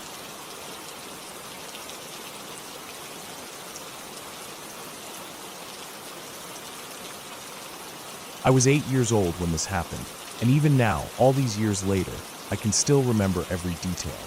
I never liked being alone in the dark, but I wasn't the type of kid who was scared of everything. I had spent plenty of nights outside playing, catching fireflies, or running around with my friends until our parents called us in. But that night was different. That night, something happened that I still can't explain. It started like any other evening. I was at my friend's house, a small but cozy place with a big backyard. It was the kind of backyard that felt like it stretched on forever when you were a kid. Trees lining the fence, thick bushes in the corners, a shed that was always locked, and a rickety old swing set that creaked in the wind. His house wasn't out in the middle of nowhere, but it was on the edge of the neighborhood, where the streetlights didn't quite reach, and the trees cast long, twisting shadows at night. We had spent most of the day playing video games and running around outside, but as the sun set, we got the idea to play hide and seek. It was one of our favorite games, and we both knew the house well enough to come up with some good hiding spots. His parents were home, but they were in their room watching TV, and his older sister was out with her friends, so we had the house to ourselves. It was my turn to seek. I closed my eyes and started counting, pressing my face into my arms as I leaned against the wall in the hallway. 1, 2, 3. I could hear my friend's footsteps as he ran off, the floor creaking under him. I heard a door open and close, but I didn't know which one. That was part of the game, trying to listen, trying to guess where he went. 18, 19, 20. Ready or not, here I come. I opened my eyes and started searching. The first place I checked was the hall closet, but it was empty. I checked under the couch, behind the kitchen table, even in the bathtub. Nothing. He was good at hiding, but I figured I would find him eventually. After 10 minutes, I was getting frustrated. I had checked every room twice. There was only one explanation. He had gone outside. I hesitated at the back door. It wasn't that I was scared of the dark, not really, but something about stepping outside alone made my stomach tighten. The yard felt different at night. The trees looked taller, the shadows darker. The bushes along the fence seemed to shift, even though there was no wind. I stepped outside, the cool air hitting my skin. The night was quiet, too quiet. The sound of crickets and distant traffic was there, but it felt muted, like the yard was holding its breath. I walked slowly, my eyes scanning the bushes and the corners of the yard. "All right," I called out. "I know you're out here." No response. I walked toward the bushes near the fence, expecting him to jump out and scare me.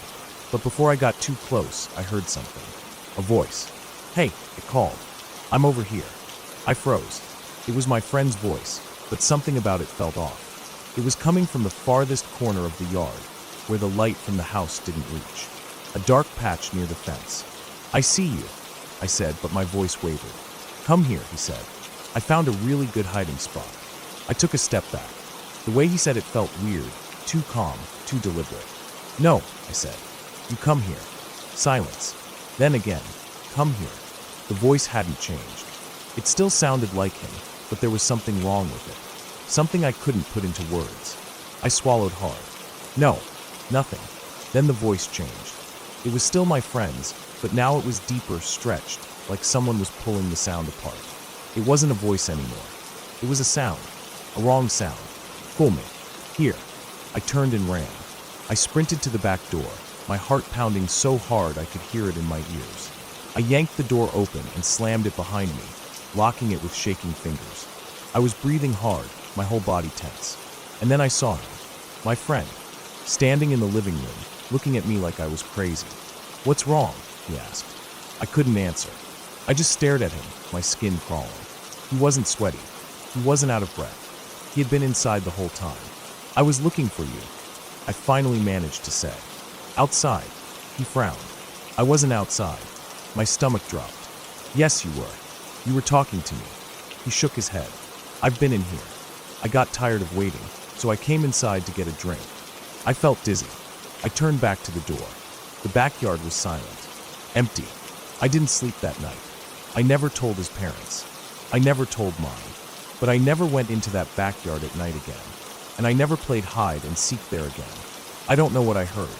I don't know what wanted me to come over, but I do know one thing. I'm glad I didn't.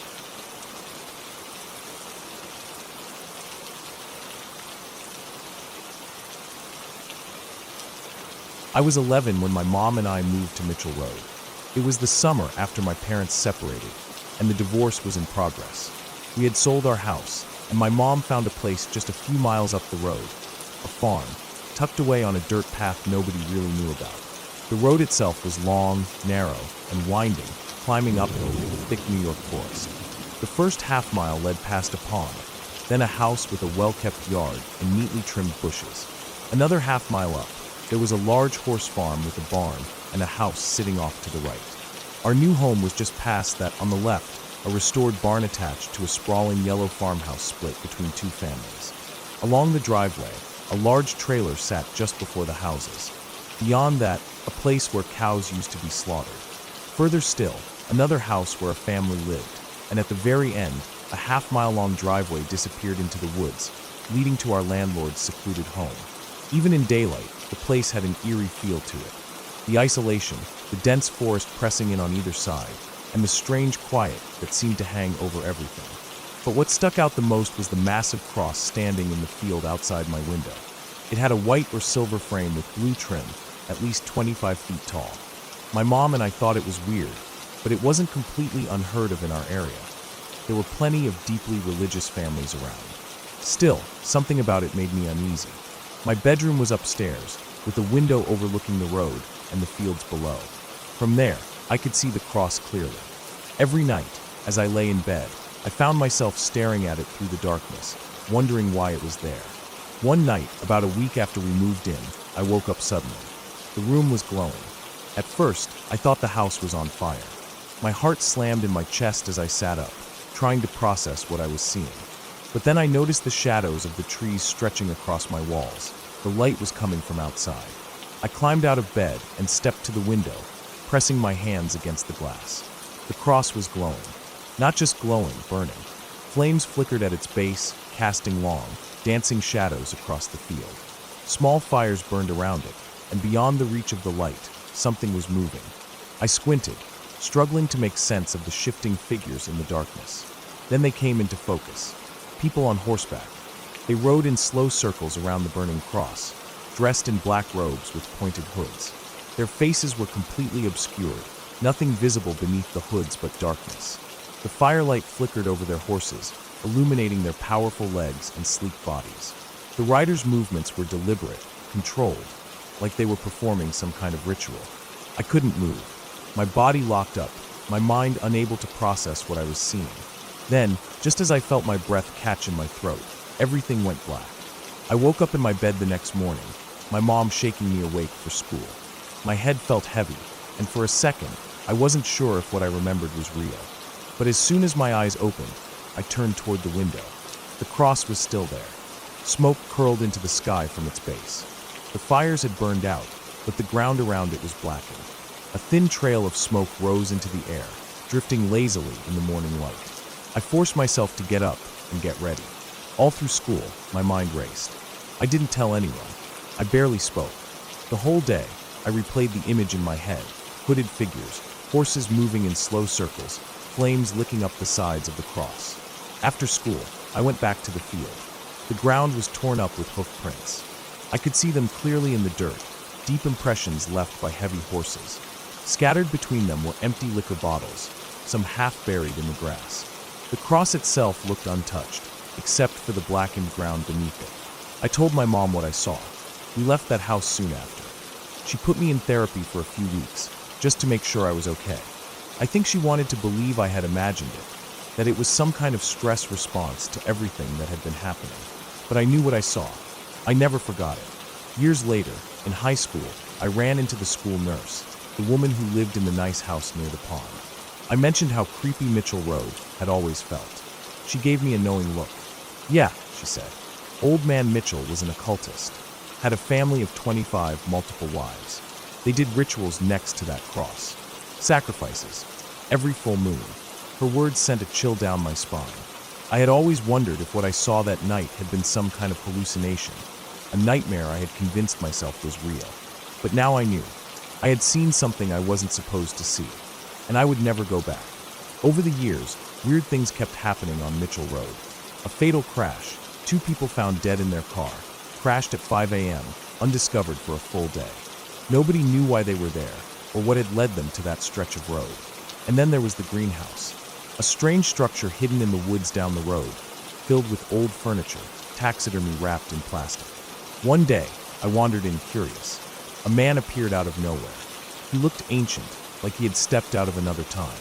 He was dressed like someone from the 1940s, his voice rough as he shouted at me to leave. I ran, never told my mom, never told anyone, because I had already learned something about Mitchell Road. Some things were better left alone, and some places, no matter how much time passes, never stop being haunted.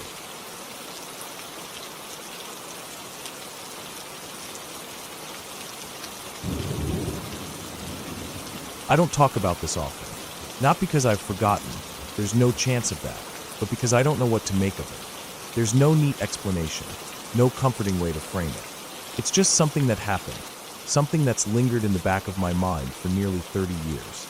At the time, I was young, maybe 12 or 13, old enough to understand when adults were scared, but not quite old enough to be let in on all their fears. My aunt, my uncle, and my little cousin lived in a small house in the countryside, a quiet place with not many neighbors. The kind of home that felt cozy in the daytime, but a little too still at night. I visited often, usually on weekends or during school breaks. Their house always had a warmth to it, a lived-in comfort, but after what happened, it never felt the same to me. It started with Bobby. My cousin was 3 at the time, an imaginative, talkative little girl. She was the kind of child who would hum to herself while coloring, who turned cardboard boxes into castles and couches into mountains. One day, she started talking about Bobby. At first, my aunt and uncle thought nothing of it. Kids have imaginary friends all the time. But Bobby wasn't just an occasional playmate. He was always there. My cousin insisted on making space for him at dinner, on giving him a seat next to her while she watched cartoons, on making sure he had his own pillow when she went to sleep. It was harmless at first, even endearing. My aunt would humor her, setting out an extra napkin at the table or tucking in an imaginary blanket beside her. But after a while, it got unsettling. Bobby wasn't just a game. My cousin would listen to him.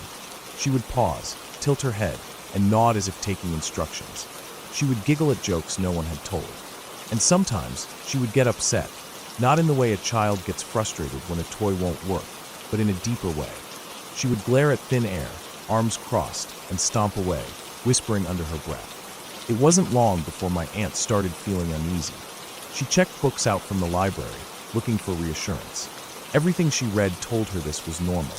Children my cousin's age sometimes created imaginary friends to cope with loneliness or boredom. It was a phase, something she'd grow out of. So my aunt let it go. A few months passed. Bobby was still around, though my cousin talked about him less and less. Maybe she was growing out of it. Maybe it was just a childhood phase, like the books had said. Then winter came. My uncle had started a new job that required night shifts, which meant my aunt and cousin were alone in the house after dark. It was no big deal. My aunt wasn't the type to spook easily. She locked the doors, double-checked the windows, and went about her routine. That night, after dinner, she got my cousin ready for bed. It was the usual process, changing into pajamas, brushing teeth, a bedtime story. As always, my cousin asked if Bobby had to go to bed too. My aunt, exhausted, just nodded along and tucked them both in. She turned off the bedroom light, leaving the hall light on like always, and went downstairs to relax. She had barely made it to the bottom step when my cousin's voice called down. "Mummy, you forgot the light." My aunt sighed, turning back.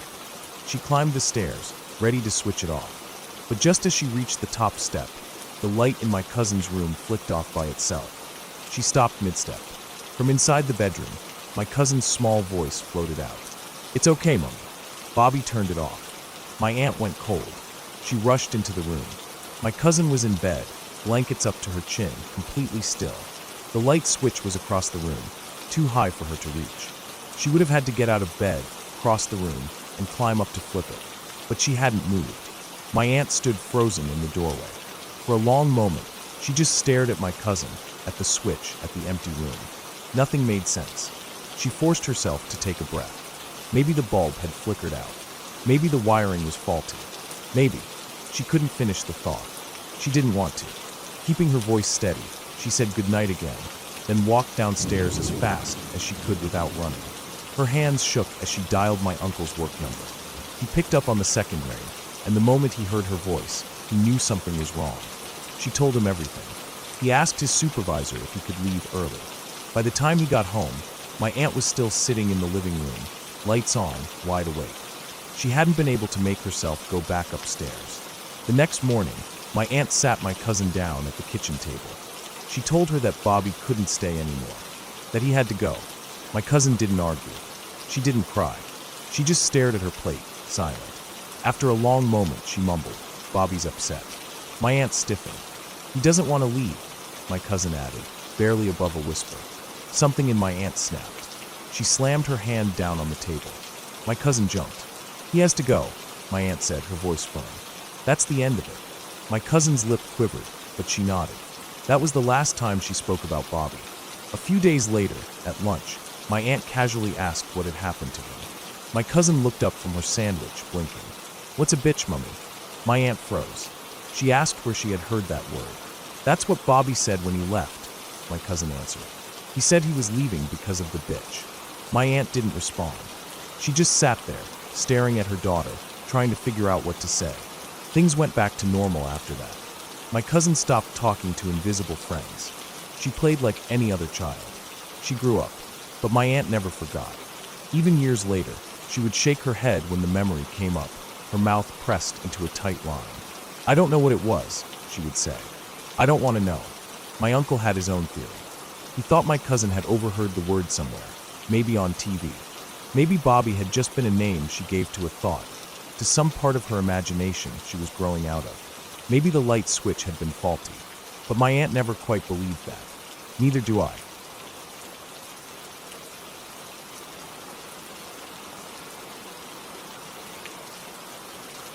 I don't remember the night it happened. I was too young, barely more than a baby, but I've heard the story so many times that I can picture it in my head, like a memory that isn't really mine but was passed down to me piece by piece. And even though I never truly experienced the fear in that moment, the thought of it has stuck with me for my entire life. Back then, my parents and I lived in a house on the corner of a four-way stop, in a neighborhood that wasn't exactly safe. The kind of place where you heard sirens more than you heard birds, where front yards were mostly patches of dirt and weeds, and where people didn't sit on their porches in the evening because they didn't want to be seen. We weren't there for long, just a couple of years, but even that was enough for my parents to decide it wasn't the place to raise a child. The house itself was small, a single story with thin walls and an old roof that creaked when the wind hit just right. It wasn't much, but it was home. My crib was in a tiny bedroom near the back, while my parents slept in the main bedroom at the front of the house, just past the living room. A single hallway connected everything, running straight from their room past the bathroom, my bedroom, and then the kitchen at the very end. Our house sat right in front of a stop sign, one of the four at the intersection. It wasn't anything special, just a standard red sign, rusted a little around the edges, probably ignored more often than it was obeyed. My parents never really thought about it. It was just there, something they saw every day but never gave a second thought to. But then came that night. It was late. The kind of late where the neighborhood was completely still, where even the usual distant sounds, cars passing by, stray dogs barking, the occasional shouting match from somewhere down the street, had gone silent. The air outside must have been thick and warm, the way it always was in the summer, pressing against the windows like a living thing. Inside, my parents were asleep, the house dark except for the soft glow of the streetlights bleeding in through the curtains.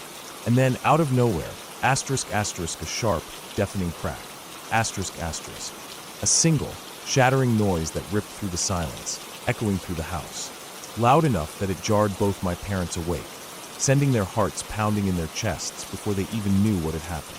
They lay there for a moment, blinking, trying to shake off the weight of sleep. The sound was familiar, unmistakable. A gunshot. But this was a bad neighborhood. Gunshots weren't exactly rare. Maybe someone fired into the air, or maybe someone got unlucky in one of the alleyways nearby. Either way, it wasn't something to investigate. After a few minutes, when no other sounds followed, no screaming, no running, nothing, my parents let their bodies sink back into the bed. Just another night in the neighborhood. Not worth losing sleep over. They turned over, closed their eyes, and let the darkness pull them back in. And just like that, it was over. Or at least, that's what they thought. The next morning, my mom was the first one up. She went about her usual routine, still groggy, rubbing the sleep from her eyes as she stepped into the bathroom. The window was open just a crack, letting in the damp morning air. The light outside was soft and gray, the kind of light that makes everything feel quieter than it really is. She was standing at the sink, reaching for her toothbrush, when she noticed something. A hole. Small, almost unnoticeable. A perfect little circle punched straight through the wall. She frowned, leaning in closer. It was right above the sink, at eye level. The more she looked at it, the stranger it seemed.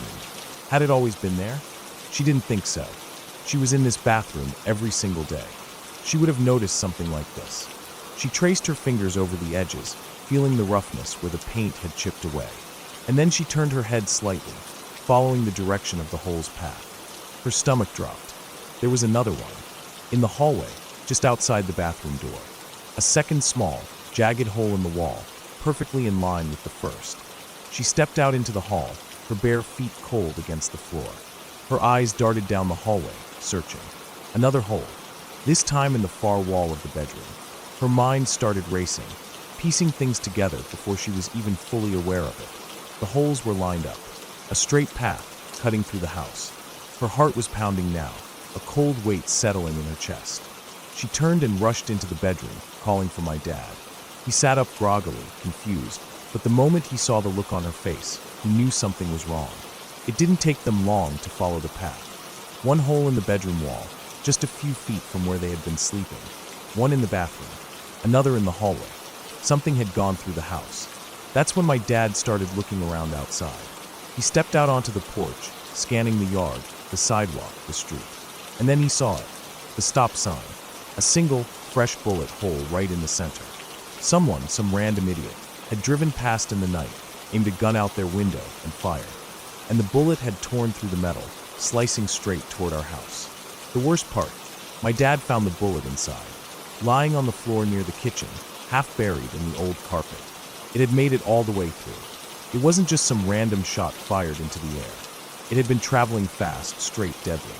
If anyone had been in that hallway, if someone had gotten up for a drink of water, if my mom had been standing in that bathroom when it happened, we all knew what could have happened. We didn't stay in that house much longer. My parents were already looking for a way out, already tired of the constant tension of living in a place where you had to keep your head down and mind your own business to stay safe. But after that night, the decision was made. We packed up and left. I don't remember the move. I don't remember the house. But I know the story. And every time I think about it, I picture that bullet. That tiny, ordinary-looking thing lying there on the floor. A few inches, a few seconds, a few different choices, and I might not be here to tell this story.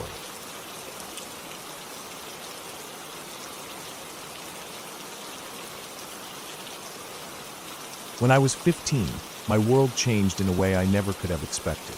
At first, I thought I was imagining things. Paranoia, maybe.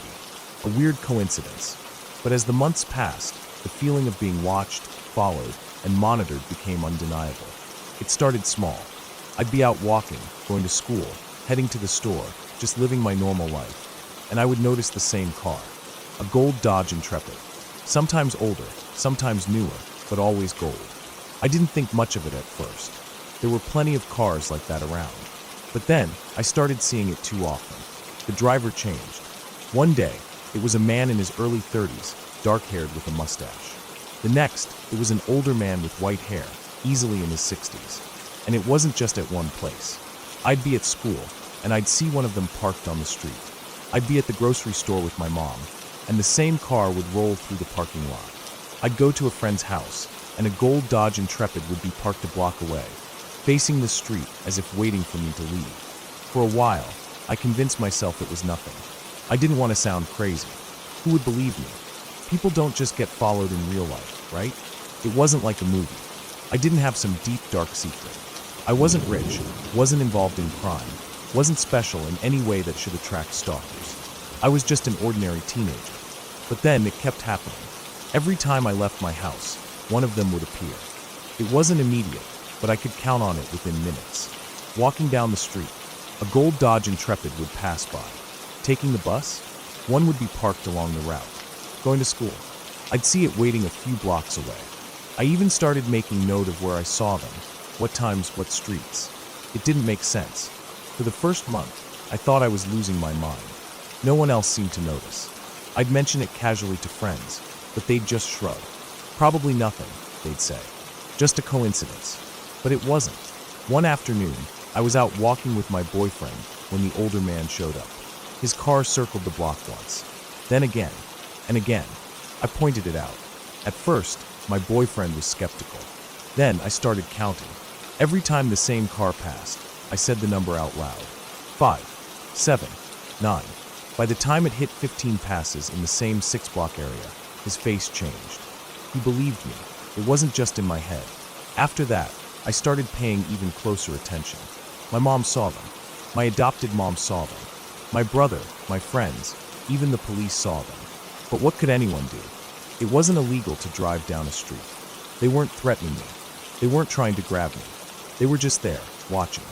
The months dragged on, and I learned to live with it. I hated it, but what could I do? I still had to go to school, run errands, visit friends.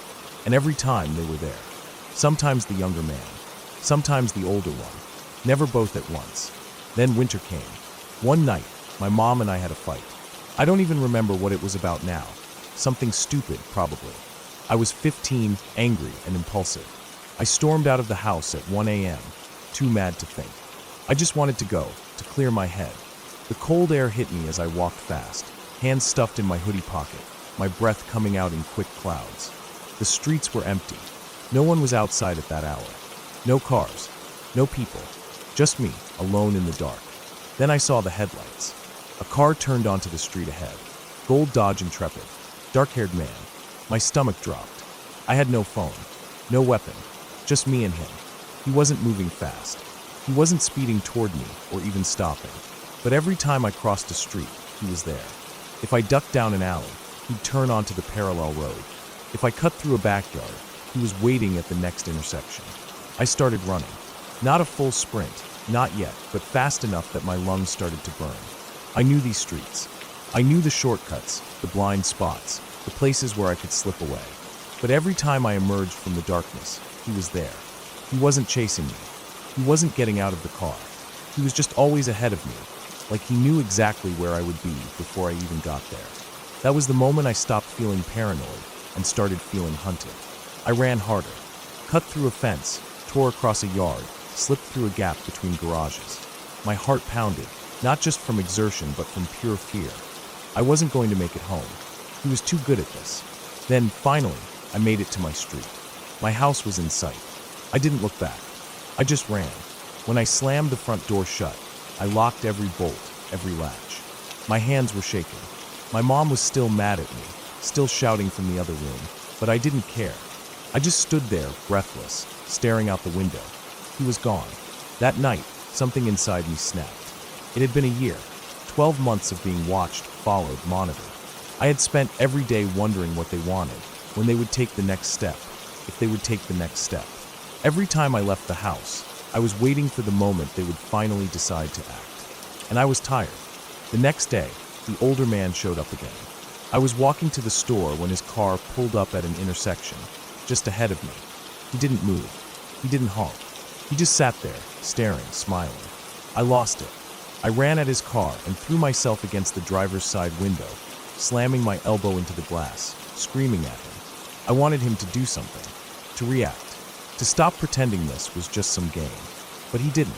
He just laughed. Then, with an almost lazy wave, he drove off. I stood there in the middle of the street, shaking with rage, screaming after him. "If you want me, motherfucker, I'm right here. Come and get me."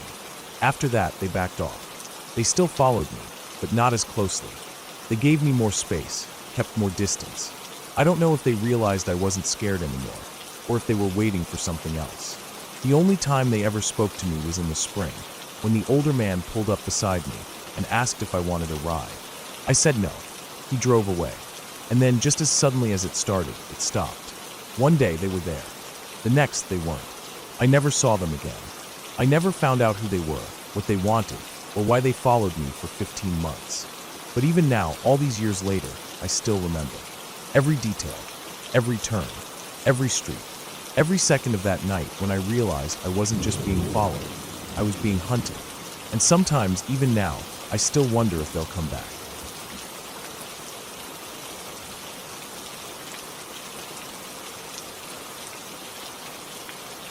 I never really believed in ghosts.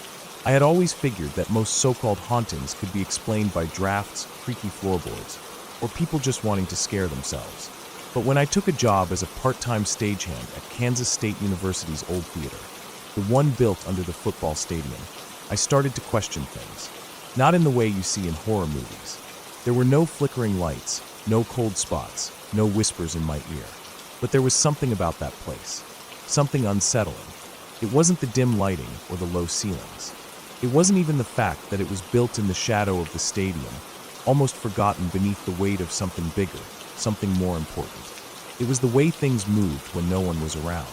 The way objects didn't stay where you left them. The way sounds carried in the empty space when they shouldn't. The old theater was known for its strange stories. Most people who had spent any real time there had one. Some just laughed them off as pranks. Others swore up and down that they were real. And no name came up more than Nick, the so-called ghost of a football player who supposedly died waiting for medical attention after a brutal hit. The theater was built decades later, but some people believed he never left. I thought it was just a story.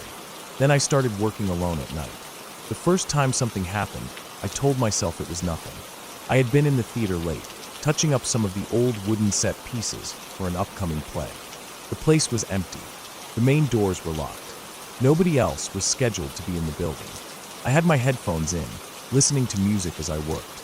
It was past midnight, and I wasn't in a hurry. I dipped my brush into a bucket of paint, stood up to stretch my back, and turned away for maybe 2 seconds. That's when I heard it. A crash.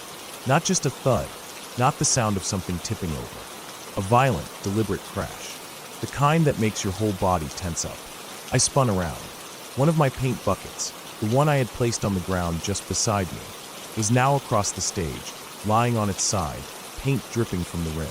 It had flown nearly 10 feet. I just stood there, staring. The brush was still in my hand, wet with paint. I hadn't even moved from my spot. There was no way I could have kicked it by accident. No way it had just tipped over and rolled that far. I felt my heart start to race. I looked up at the empty seats, the rows of silent darkness beyond the stage lights. Nothing. I looked toward the entrance, still locked. I was alone, or at least I was supposed to be. I took a deep breath. It's nothing. Maybe it slipped. That's what I told myself, even though my gut knew better. I walked across the stage, picked up the bucket, and set it back down where it had been before. Then I turned back to my work, trying to ignore the feeling in my stomach. I told myself I was imagining things, but then it happened again. A week later, I was back in the theater. This time, I was setting up chairs for an upcoming performance, over 100 of them, all the old metal folding kind. It was boring work, but it needed to be done. I spent over an hour laying them out in neat rows, making sure each one was straight, evenly spaced. I was almost finished when I decided to take a quick break and use the restroom. I didn't think twice about leaving everything as it was. When I came back, I stopped in the doorway. The chairs were gone. Not gone as in missing, gone as in piled. Every single chair, all 100 of them, had been stacked into a massive, teetering pile in the center of the stage. It reached almost to the ceiling. I felt my chest tighten. It was impossible. I had been gone for maybe 3 minutes. The door had been locked. There was no one else inside. Even if someone had managed to sneak in, there was no way they could have done this in that short amount of time. No way. I took a step closer. The pile was so high that the top chairs were wobbling, threatening to tip over. My stomach twisted as I tried to process what I was looking at. It didn't make sense. I swallowed hard, forcing my brain to come up with an explanation. Asterisk, asterisk, anything asterisk, asterisk that made more sense than what I was thinking. Maybe I had imagined setting the chairs up. Maybe I had left them stacked, and my memory was playing tricks on me. But I knew that wasn't true, because I had felt my back aching from bending down to open them. I had stepped carefully between the rows, making sure each one was in the right place. I had done the work, and now it was undone.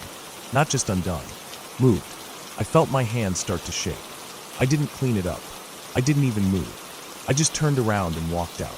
I stopped working nights after that. I didn't quit, but I started making sure I was never alone. I only took shifts when other people were around. If I had to go in after dark, I made sure I wasn't the last one there. And for a while, nothing happened. Then, during a class one afternoon, I saw something I couldn't explain away. I was sitting in the audience with a group of students, listening to the professor talk about lighting design. It was just a normal class. No weird feelings, no strange noises. I had started to convince myself that maybe I had imagined everything. Then, out of nowhere, a fire extinguisher flew across the stage. It didn't fall. It didn't tip over. It launched. It traveled at least 15 feet, hitting the ground with a loud clank before rolling to a stop. The entire room went silent. Nobody moved. Then, slowly, every single person turned to look at the professor. I could see it in his face. He was just as shocked as the rest of us. But then, like he was flipping a switch, he just shrugged. "That's just Nick," he said. And then he kept teaching, like it was normal, like it had happened before. I quit 2 weeks later, not in a dramatic way. I just told them I had other obligations, that my schedule didn't work anymore. I didn't tell them the real reason. I never went back to that theater. I still don't believe in ghosts. Not the way people talk about them. But something happened in that place. Something real. I don't know if it was Nick. I don't know if it was a prank or something else. But I do know that some places hold memories. That some places don't forget. And that theater under the stadium, it remembers.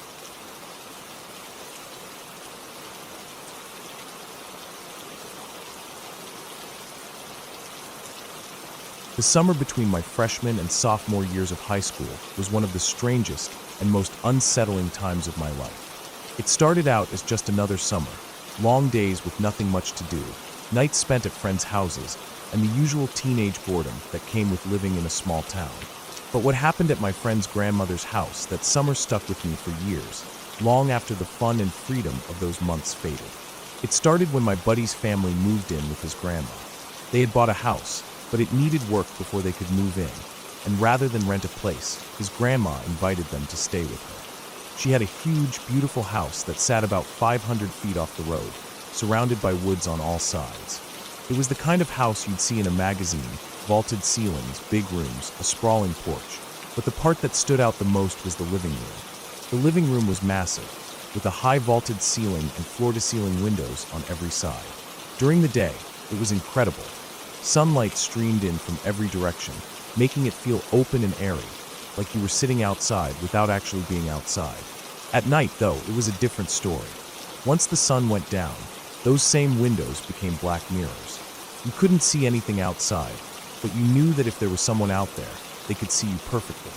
I didn't think much of it at first. It was just another house, another place to hang out. But I only had to spend one night there to realize something was seriously off. I went over on a Saturday to spend the night not long after my friend's family moved in. His room was small, barely big enough for his bed and a dresser, so we decided to sleep on the couches in the living room. It was a warm night, late June or early July, and we had the TV on low, just barely enough sound to fill the silence. It was sometime after 1 a.m. when I saw it. A figure, a person, walking past the window. At first, I thought my eyes were playing tricks on me. Maybe it was just the reflection of the TV on the glass, maybe a shadow from the trees outside. But then my buddy saw it too. He sat up straight, suddenly alert, staring at the same spot I was. We both froze. I remember every detail of that moment, the way my heartbeat pounded in my ears, the way my mouth went completely dry, the way my stomach knotted up so tight I felt like I was going to throw up. Whoever it was had walked right past the window, in the middle of the night, in the middle of nowhere. We scrambled up and ran to get his dad. He came into the living room, took one look at our faces, and immediately shut off all the lights in the house. We stood there in the dark, barely breathing, waiting. That's when we saw it. About 100 feet away, in the tree line, a small red glow flickered in the darkness. Then another. 2 people, passing a cigarette back and forth, watching the house. They didn't move. They just stood there, smoking, staring in our direction. His dad didn't hesitate. He yanked the front door open and stepped outside, yelling something into the dark. The 2 figures bolted, disappearing into the trees. The police came, but they didn't find anything. The woods were full of little game trails, narrow dirt paths used by deer and other animals. Whoever had been out there had plenty of ways to escape, to disappear without a trace. We tried to come up with some explanation, some reason for why two people would be standing out in the woods in the middle of the night watching a house. There were only 3 other houses within a mile, and none of them had older kids. One had little kids, barely out of kindergarten, and the other 2 had no kids at all. So who were they? And why were they there? A few weeks passed, and things started to feel normal again. We talked about that night a lot, but as time went on, it became more of a weird story than something we were actually afraid of. It was a one-time thing, we told ourselves. Just some random guys passing through. It wouldn't happen again. Then it did. Another friend and I were spending the night at my buddy's house, and around 10 p.m., we walked into the living room to watch a movie. And there, standing right outside the window, was a man. No movement, no hesitation. Just standing there, looking in. For a split second, I thought maybe it was a reflection, just like I had the first time. But it wasn't. It was real. The second he saw us, he bolted. We ran to the window, but he was already gone, swallowed up by the darkness. But when we looked past the trees, we saw them again. The cigarette lights. They were back. That was the moment we realized this wasn't just some one-time thing. It kept happening, again and again. Sometimes we'd hear knocking on the windows late at night, just soft enough to make you question whether you actually heard it or not. Other times, we'd hear footsteps outside, crunching through the leaves. Once, the front door rattled so hard it set off the burglar alarm. And then there was the lipstick. One morning, we came into the living room and found something written on the window in bright red lipstick. Hello. That was it. Just one word. We spent hours searching the woods that day, looking for any sign of them, but we never found anything. We tried to convince ourselves it was just some guys from our school messing with us, trying to catch a glimpse of my buddy's cousin in her bikini or underwear. She was hot, and the whole thing felt like the kind of creepy, desperate thing high school boys might do. But it didn't add up. The effort it would have taken to sneak through the woods night after night, to knock on the windows, to leave messages, it was too much. And why never get caught? Why never leave any real trace? And the worst part, we never found out who they were. We never saw their faces. We never got any answers. Eventually, the house my buddy's family had bought was finished, and they moved out. The last time I stayed there, I remember lying on the couch, staring at the windows, wondering if they were out there, watching, knowing it was the last time they'd ever see us. When my buddy's family left, the house sat empty for a while. I always wondered if they came back. If they stood in the trees, watching an empty house, waiting for someone new to move in, waiting for someone else to watch.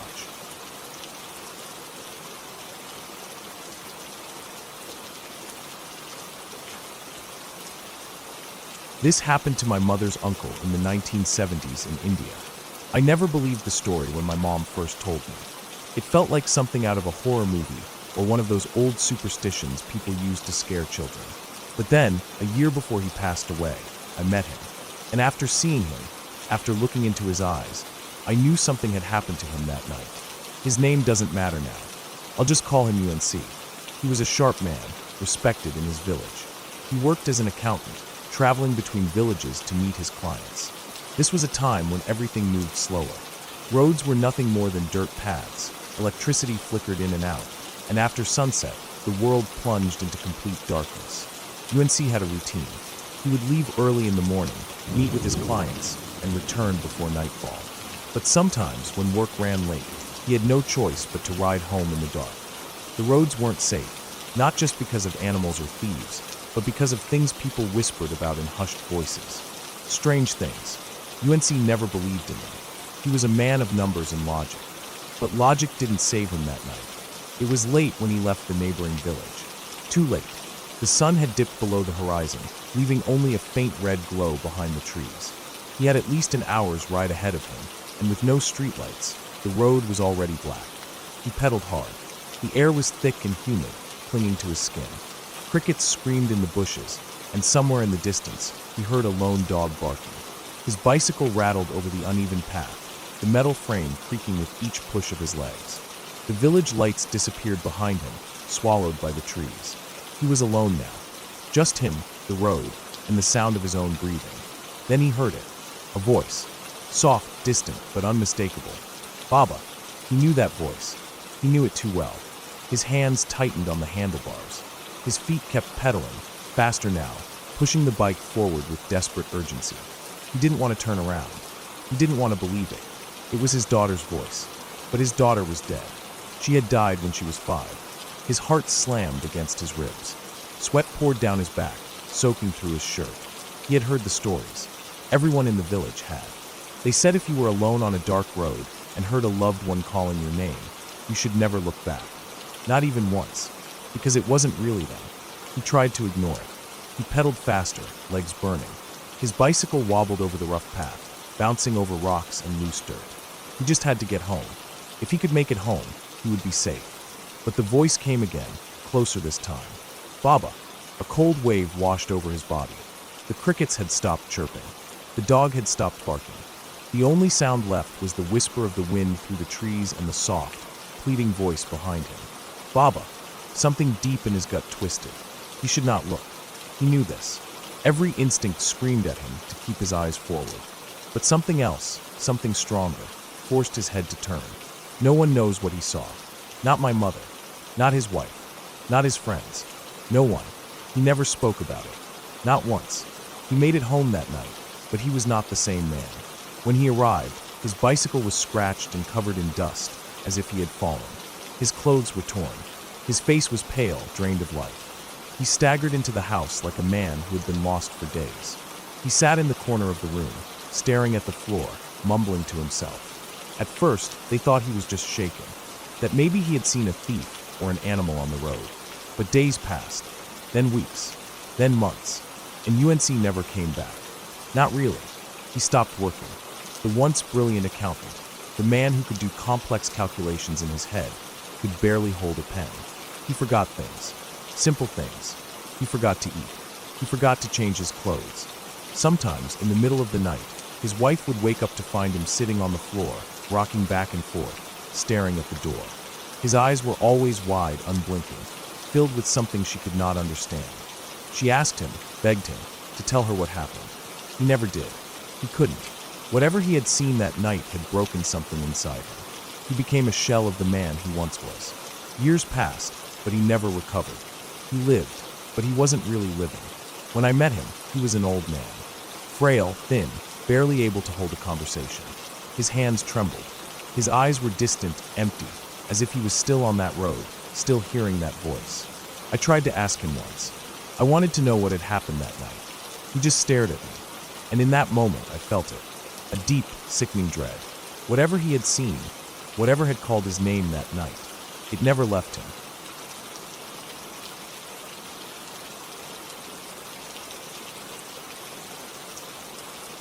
I was never the kind of person who scared easily. I didn't believe in ghosts. I didn't think houses could be haunted. And I sure as hell didn't think I'd ever be the kind of person to run out of a house in broad daylight over something I couldn't explain. But that was before I agreed to house sit for my best friend's family. Her dad had passed away a few years back, and it had been rough on her. Her mom, her brother, and she had all decided to go out of town for a few days, to grieve, to heal, to get a change of scenery. I figured watching the house and feeding their dog was the least I could do. It was just a few days, and I wasn't new to being alone. I lived by myself. I'd stayed overnight in unfamiliar places before, and I wasn't one to jump at every creek and groan an old housemaid. But something about that house stuck with me. It was July, dead in the middle of a North Carolina summer. The kind of heat that made the pavement shimmer in the afternoons and left you sticking to leather seats, no matter how high you cranked the AOC. The house wasn't huge, but it was big enough. A 2-story suburban home with a backyard just large enough for their dog to run around in. It was quiet, too. The neighborhood was one of those places where people kept to themselves, where you rarely saw anyone outside except for when they were mowing their lawns or taking their trash to the curb. The first day was uneventful. I fed the dog, watered the plants, made myself comfortable. I left the TV on for background noise, scrolled through my phone, and did what I normally did at home. Nothing felt off. Nothing felt weird. The second day, I decided to be productive. I started by tidying up the living room. Not that it was messy, but there were little things here and there. Magazines stacked on the coffee table, a blanket draped over the arm of the couch, a pair of sneakers by the front door. I straightened things up, vacuumed the rug, and decided I'd throw a load of laundry in while I was at it. The laundry room was small, just off the kitchen, with a washer and dryer side by side, and a shelf above them stocked with detergent and dryer sheets. I loaded the washer, poured in the detergent, and started the cycle. I figured I'd wait for it to finish before starting another load, so I grabbed a magazine from the coffee table and decided to head upstairs to read. And that's when things started to feel wrong. The second I set foot on the stairs, I felt it. A weight in my chest. An uneasiness, like the kind you get when you walk into a room and immediately know you've interrupted something. I stopped for a second, standing on the third step, trying to push down the feeling. It was probably nothing, just in my head. But then I noticed how cold it was. The house had central air, but I hadn't cranked it up that high. It was summer. Even with the AC running, the upstairs should have been warm, or at the very least, not freezing. Heat rises. That's just how it works. But the further I climbed, the colder it got. By the time I reached the top step, I could see my breath in front of me. I stood there for a moment, heart thudding in my chest, trying to make sense of it. Maybe the air vents upstairs were just stronger. Maybe someone had closed off the downstairs vents, forcing all the cold air to collect up here. It didn't explain the sheer drop in temperature, but I was grasping at anything logical. I didn't want to be the person who got freaked out over nothing. Still, something about it didn't sit right. I turned on my heel and walked right back downstairs. I sat on the couch, magazine in my lap, pretending I wasn't still thinking about how cold it had been up there. I flipped through the pages, not really reading, just skimming. The dog was curled up on the floor a few feet away, completely unbothered. That was a good sign, right? If something was wrong, he'd be acting weird. I kept telling myself that. I don't know how much time passed, but at some point I heard it. A sound from upstairs. At first, I wasn't sure what it was. A creak, a shift. Houses settle. Wood expands and contracts. I told myself it was normal, that I was just aware of the sounds now, overthinking every little noise. And then it happened again. Louder this time. A step. Not the creak of a house settling. Not the hum of the AC turning on. A footstep. I froze. Another. And another. Slow, deliberate. Like someone was walking. Pacing. I stared at the ceiling, my breath caught in my throat, my hands clenched so tight around the magazine that the pages crinkled. Then the footsteps changed direction. They were moving, not just pacing anymore, coming closer, coming toward the stairs. My body went cold. Every hair on my arm stood on end. I couldn't move. I couldn't breathe. The steps reached the top of the stairs. And then, they started coming down. I didn't wait to see what was making them. I was on my feet in an instant, heart hammering, my pulse so loud in my ears that I couldn't hear anything else. I grabbed my keys from the coffee table and bolted for the door. I didn't look back. I didn't care about my laundry sitting in the washing machine. I didn't care about locking the door behind me. I just ran. I sat in my car with my hands gripping the steering wheel, staring at the house, waiting for something, anything to come out. Nothing did. The dog was still inside, but I couldn't bring myself to go back in. I told myself I'd come back later, that maybe I'd just imagined it, that it was just the house settling after all. But I knew better. I went back the next morning. The dog was fine. The house was exactly as I'd left it. The doors upstairs were all open. My laundry was still in the washer. I didn't say anything to my best friend's family when they got back. To this day, they still think they just forgot to put the clothes in the dryer before they left. And I still don't know what I heard that day. I don't want to know.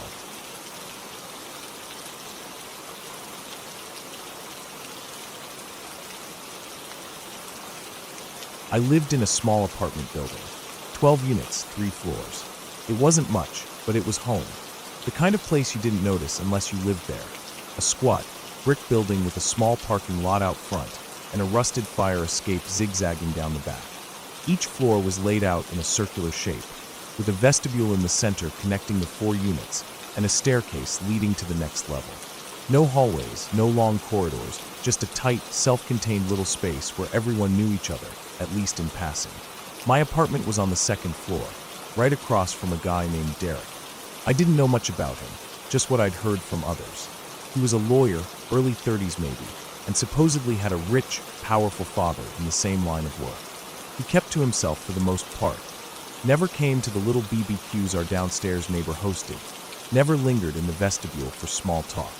Just in and out, always in a suit, always with an air of preoccupation. He had a girlfriend who was the complete opposite.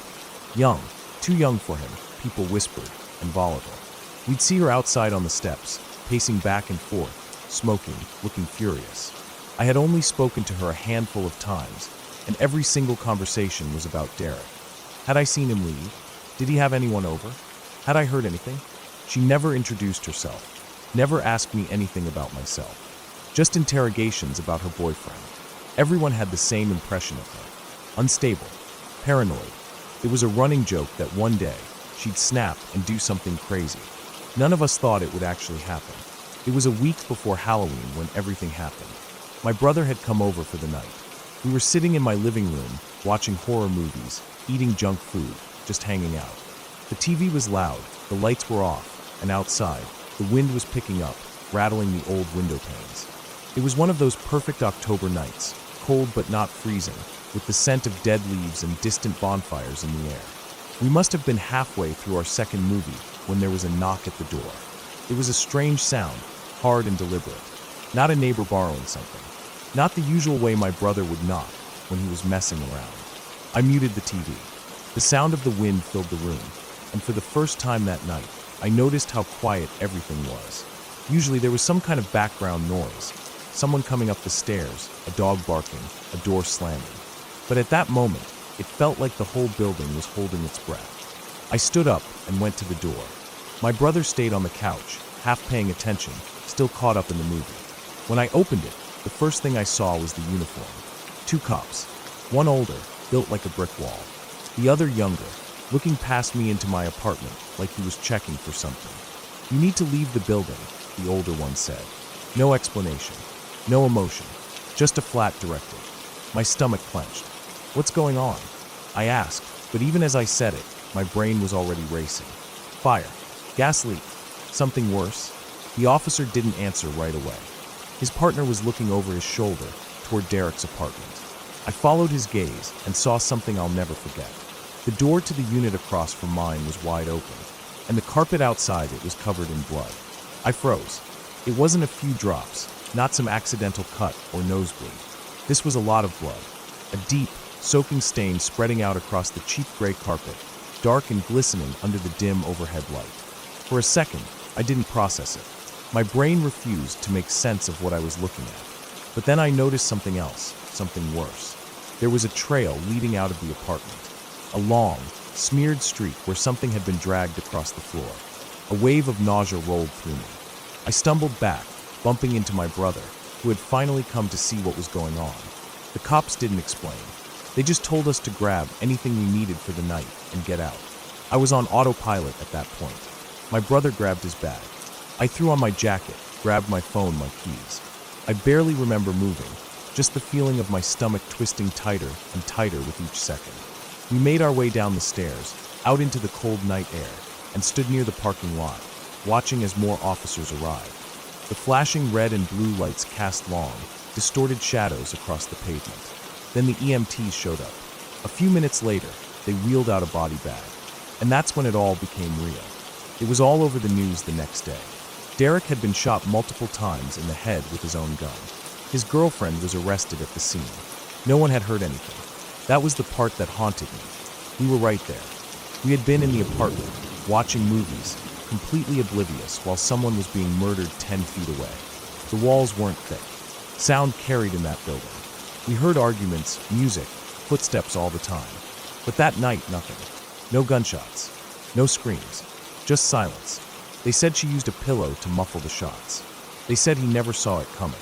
The last thing I ever saw of that apartment was the bloodstain in the hallway. Even after they cleaned it, even after the new carpet was put in, I could still see it in my mind every time I left my unit. For weeks after, the building felt wrong. The vestibule was too quiet. No one lingered on the steps anymore. Every time I passed his old door, my stomach turned. A month later, I moved out. I never wanted to live somewhere where the walls could hide something like that, where something that violent, that final, could happen so close to me without me even knowing. Because the worst part wasn't the blood, or the body bag, or the fact that someone I saw every day was gone. It was the realization that while I had been sitting in my apartment, laughing at horror movies, real horror was happening just across the way. And I had never heard a thing.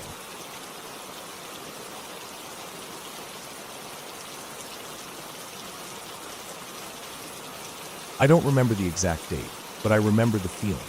I remember how cold the steel rail was when I jumped down, the weight of the air under the platform, and the way my heart pounded so fast I thought it might explode. I was too young to understand how close I came to dying, but even then, I knew something was horribly wrong. I was about 8 or 9 years old, living in Korea at the time. My school had a bus that picked me up every morning, but after school, I had to take the subway home by myself. That was just how it worked. Kids were expected to navigate the city alone, even at a young age. It wasn't strange. It wasn't reckless. It was normal. Chungmuro Station, Line 3. That's where it happened. I was standing on the platform, waiting for my train, when I started messing around with my transit card. It was attached to a lanyard and shaped like a little blue t-shirt. I liked spinning it, twirling it around my fingers, watching how the cord wrapped around my wrist before swinging back out. It was just something to do while I waited. The platform wasn't too crowded, but there were enough people around that I didn't feel alone. And then it slipped. I didn't even realize it was gone until I heard the tiny plastic clack of it hitting the ground. I froze. The lanyard was still around my wrist, but the actual card had detached and landed right on the train tracks. Panic hit me immediately. That card was the only way I could get home. Without it, I couldn't get through the exit gates, and I had no cash on me. I didn't even know how to explain to the subway staff that I lost my card. I looked down at the tracks, trying to judge if I could reach it. The card lay flat on the rail, a little off-center, but still right in the path of the train. If a train ran over it, would it break? Would I even be able to find it afterward? I felt my heartbeat in my throat. For a long moment, I just stood there, debating what to do. The edge of the platform felt higher than I remembered. It wasn't impossible to climb back up, but it would take effort. I kept looking between my card and the empty tunnel where the train would come from. No sign of it yet. I glanced at the crowd. Nobody was paying attention to me. I had to do it. I swung my legs over the edge and dropped down. My feet hit the gravel between the rails, and a tiny cloud of dust puffed up around my shoes. The platform suddenly felt impossibly high above me. My hands were shaking as I bent down, fingers scrabbling to grab my card. The moment I had it in my grip, I turned toward the stairs at the far end of the platform. That was the safest way out. But the moment I started running, the train bell rang. The warning bell. The one that meant the train was coming. I stopped dead in my tracks. I knew, without even looking, that I wasn't going to make it to the stairs in time. The air around me changed. It felt heavier, thicker. My brain screamed at me to move, but I didn't know where to go. I turned toward the platform edge, but it was too high. I was too small. I wasn't strong enough to pull myself up in one jump. The tunnel in front of me lit up. I could hear it. The deep, echoing roar of the approaching train filled the station, bouncing off the tiled walls. The steel rails under my feet started to vibrate. I didn't have time. I turned to the only place left, the space under the platform. I ran toward it and threw myself underneath, pressing my body as far back as I could. The smell hit me first, thick, stagnant air, mixed with dust, oil, and something foul I couldn't name. It burned my nose, but I couldn't move. I couldn't risk even a few inches. The train was almost here. I curled up, pressing my body flat against the concrete wall behind me. The sound of the train got louder. The air around me shifted as the wind pushed forward, blasting through the tunnel. My hands balled into fists against the ground. My heart was hammering so hard I thought it might shake my whole body. And then, the train passed over me. The noise was unbearable. A deep, screaming roar of steel against steel, so loud it felt like it was shaking my bones. The ground trembled. The wind slammed against me in violent bursts as each car rushed overhead. The smell of burning metal filled my lungs. I squeezed my eyes shut, terrified that some part of the train might be hanging lower than I expected, that it might scrape against the platform and hit me. I pressed myself tighter against the wall. I could hear every clatter of the train's wheels on the tracks, every vibration in the steel beams above me. My entire world was just noise, overpowering, suffocating noise. I don't know how long it lasted. Maybe 10 seconds, maybe 15, but it felt endless. And then, just as suddenly as it started, it was over. The train slowed as it pulled into the station. I could hear the brakes screeching, the hum of the engine powering down. The wind stopped. The air around me settled. The world went from chaos to stillness in an instant. I opened my eyes. I was alive. I stayed there for a moment, breathing hard, dust filling my lungs. I wanted to crawl out immediately, but my body felt frozen in place. My ears were still ringing. I could barely hear the sound of the subway doors opening above me. I reached for the edge of the platform and tried to pull myself up. My arms felt weak, shaky. I didn't get very far before I felt someone grab me. A subway security guard. I hadn't even noticed him coming. He pulled me up so fast I nearly fell over. The moment I was back on the platform, I collapsed onto my knees, gasping. The air outside the tunnel felt fresh, clean. My hands were covered in dust and grime. My whole body shook. I don't remember what happened immediately after. I don't remember if people stared. I don't remember if the security guard yelled at me. But I remember standing up, gripping my transit card so tight my fingers ached. I remember walking away from the edge of the platform, never looking back. And most of all, I remember the overwhelming realization that I had almost died. I had been one mistake away from ending up under that train, from being crushed into nothing. It didn't fully hit me until later, when I was already on my way home. The train ride was quiet. I stared at my reflection in the window, watching the tunnel lights flash past, my face pale and my eyes wide. My lanyard dangled loosely from my wrist, the little blue card swaying with the movement of the train. I never played with it again, and I never stood too close to the edge of the platform again.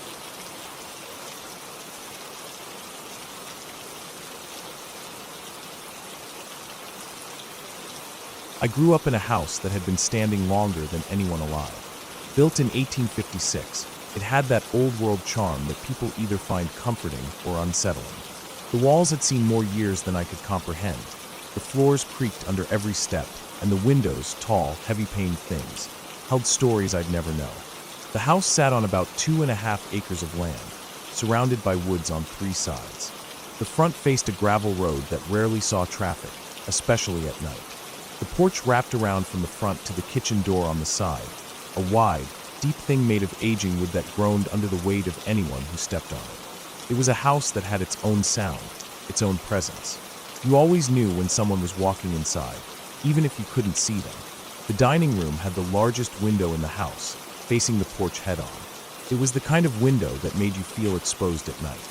If the lights were on inside, anyone standing outside could see everything, but all you'd see from inside was your own reflection in the glass. That thought had always unsettled me. I was home from college for the week, a rare visit.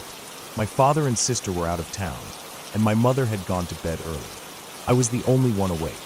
It was late, probably a little past midnight, and I was in the living room watching television. The glow from the screen was the only real light in the house, casting shadows that stretched and twisted as I moved. The sound came suddenly, a light clicking noise, like something tapping against glass. My stomach tightened immediately. I turned my head toward the dining room window, not wanting to move too fast.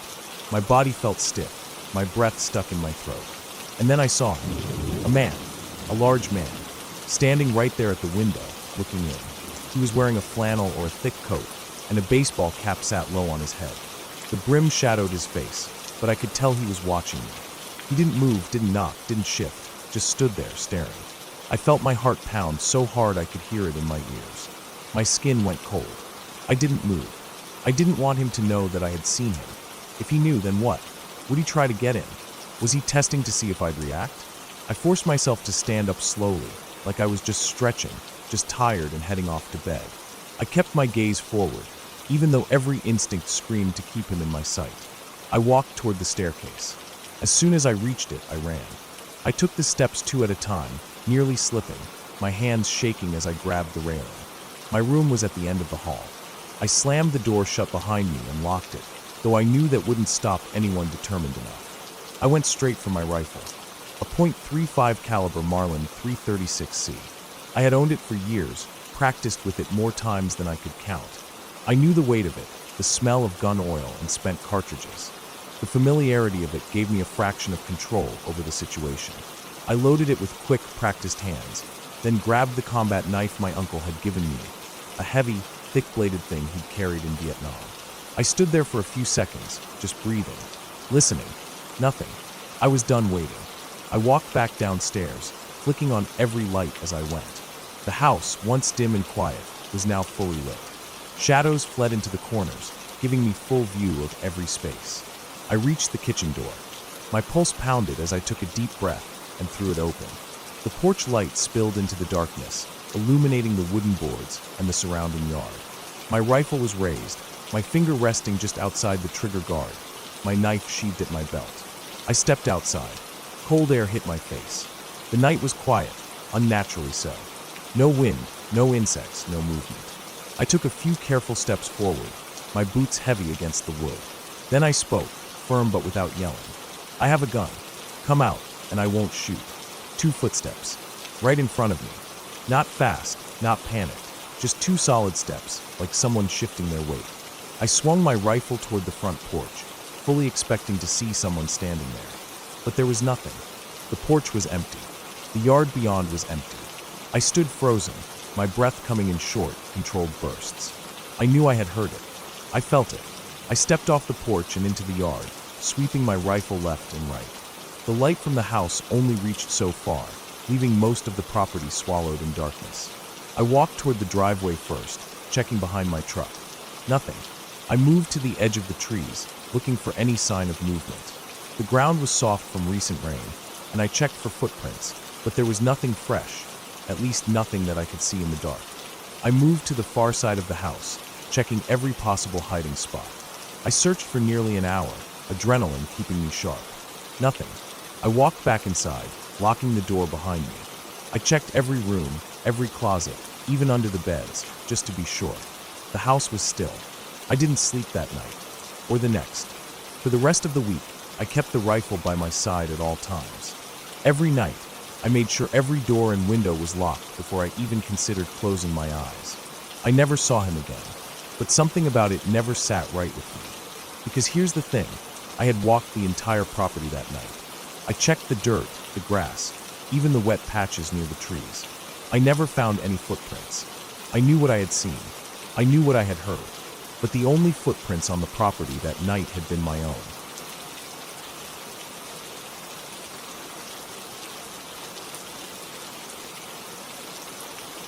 In 2011, I realized I had a serious problem with alcohol. It wasn't a casual drinking problem.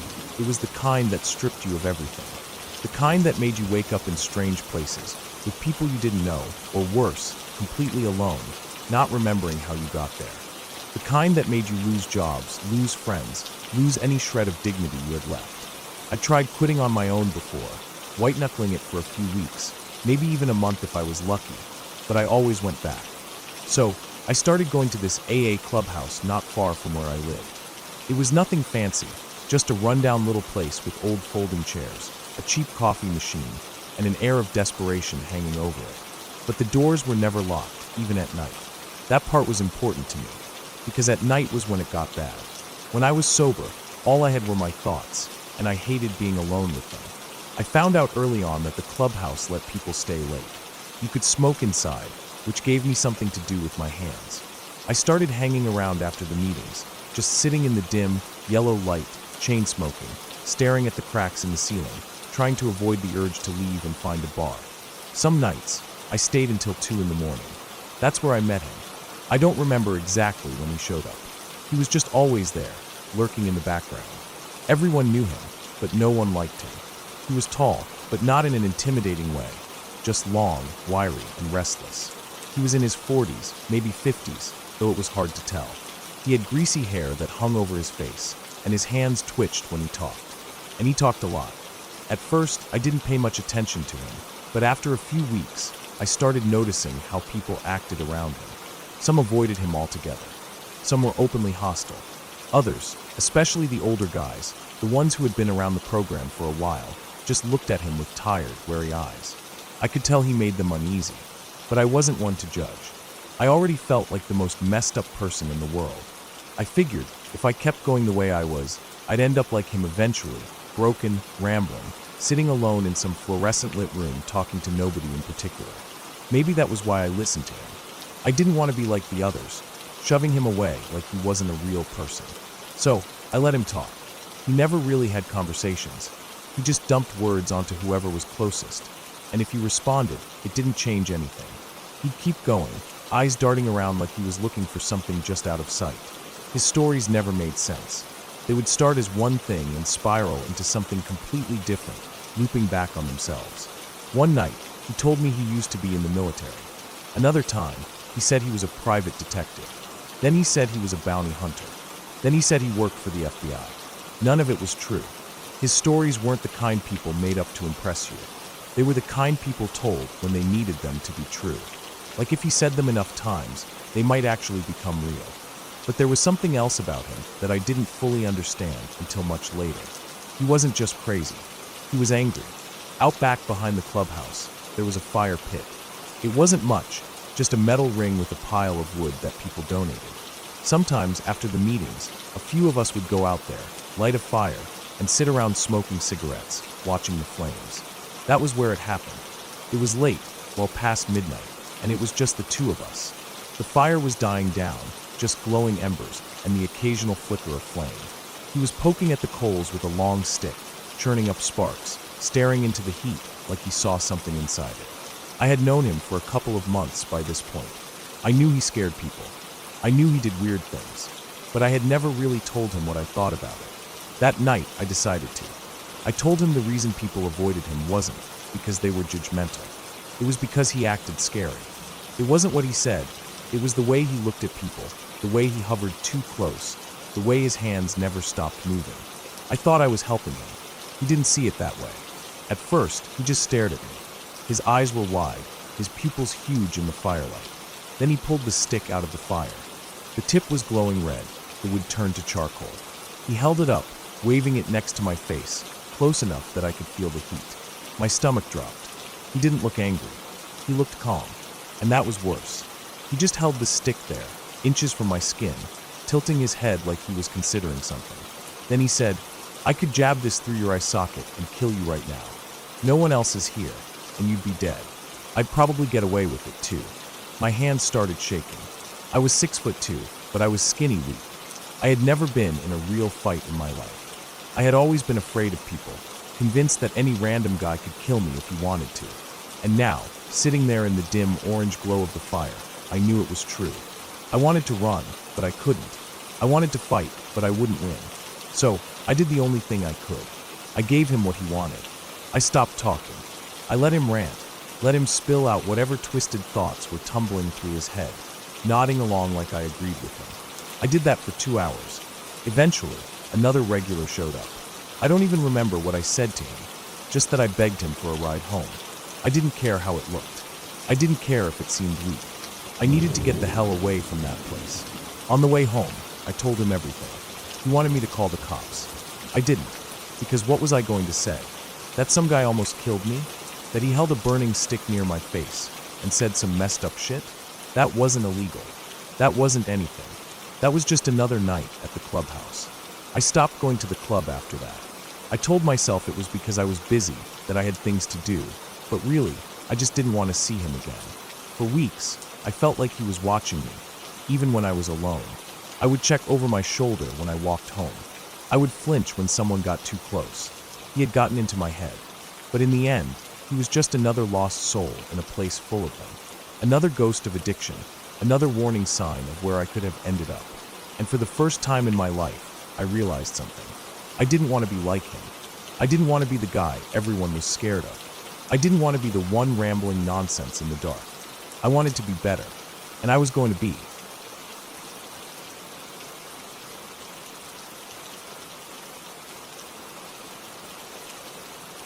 A few summers ago, life had taken a hard turn. My husband and I had just lost his father to a massive heart attack, and I had been laid off from my job not long after. Grief and stress had settled over our house like a thick fog, creeping into everything. Sleep didn't come easy, if it came at all. Most nights, I found myself wide awake at odd hours, my mind buzzing too much to rest. I filled those hours with little tasks, playing on the computer, organizing drawers, sharpening our knives, or cleaning the guns we kept in the house. Anything to keep my hands busy, anything to keep from lying in bed staring at the ceiling, drowning in my own thoughts. Our house sat far out in the middle of nowhere. BFE, as they say. There weren't many reasons for someone to be in our area unless they lived there or were visiting someone who did. That's why it unsettled me when I started noticing a car parking in our driveway at random times. Never anyone I recognized. Never anyone who got out or came to the door.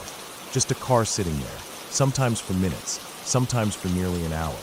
I called the sheriff a few times, but by the time a deputy could make the long drive out, the car was always gone. It felt deliberate, like whoever it was knew how long they could linger before anyone showed up. My husband and I talked about it, but with everything else going on, it was just another thing added to the pile of stress. That night, I was sitting in the middle of the living room floor in a tank top and underwear, which seemed to be the usual uniform for home defense. A Smith & Wesson 12 gauge sat across my lap as I went through my usual routine, just dusting it down, making sure everything was in order. The house was quiet except for the soft hum of the old ceiling fan overhead. The window next to me was open, letting in the heavy summer air. It was quiet outside, nothing but the occasional rustle of wind through the trees. I could see the driveway clearly from where I sat, and at a glance it was empty. No headlights, no strange silhouettes lurking near the tree line. I didn't think much of the rustling sound when I first heard it. Out here, there were plenty of things that moved in the dark: raccoons, coyotes, deer. I kept cleaning, shifting slightly on the floor to adjust the shotgun in my lap. But then I heard something else. A faint scrape, a sound that didn't belong to an animal. I went still, listening. The house sat on a little rise, and the windows were just high enough off the ground that someone couldn't simply reach in without effort. That's why the movement caught my attention. A shadow near the window, shifting just beyond the edge of my vision. Then I saw them, two hands pressing against the screen, trying to pop it loose. My body reacted before my brain did. In an instant, I chambered around and vaulted over the coffee table, shoving the shotgun forward until the barrel was nearly touching the mesh screen. By the time I fully processed what I was looking at, the figure was already stumbling back into the darkness. A man, dressed in dark clothing, face obscured in the shadows. I didn't hear a word from him, not even a gasp of surprise. Just the frantic shuffle of boots on dirt as he turned and ran. I moved quickly, nearly tripping over myself as I darted to the front door. I threw it open, stepping out onto the porch, shotgun still tight in my grip. The night was silent again, but I could hear something in the distance, the sound of someone moving fast through the underbrush, heading toward the tree line. I stood there for a long time, my heart hammering so hard I could feel it in my throat. The air felt different, heavier, like the night had shifted in a way I couldn't explain. Then I saw it, the car. Not in the driveway, but further down the road, parked just barely out of view from where I had been sitting earlier. A dark, unmarked sedan. Even at a distance, I could see the faint glow of taillights as the engine turned over. And then it was gone, swallowed by the empty road. I stayed outside longer than I should have, listening, watching.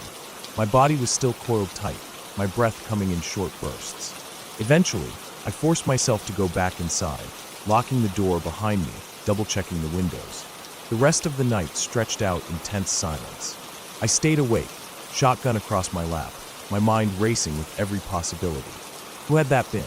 How long had they been watching? Had they been the one parking in the driveway all those other nights? Morning eventually came, slow and heavy. I checked the ground outside, but there wasn't much to see. Just a few scattered footprints near the window, already softened by the dirt. I called the sheriff's office again, but there wasn't much they could do. I never saw him again after that. No more strange cars in the driveway, no more rustling outside the windows. But I never let my guard down again either.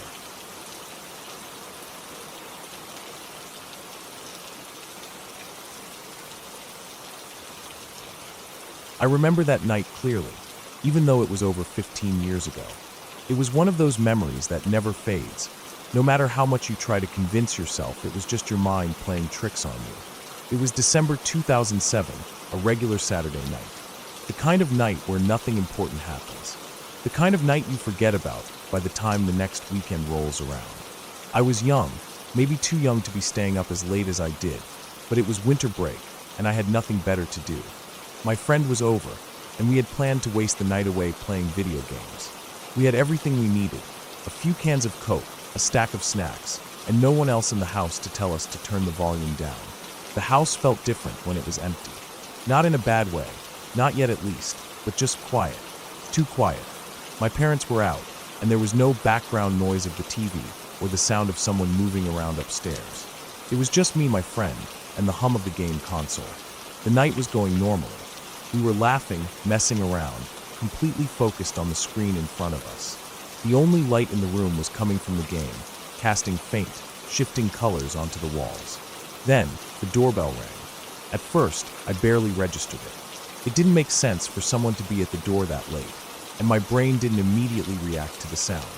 It was only when my friend glanced over at me that I realized it wasn't part of the game.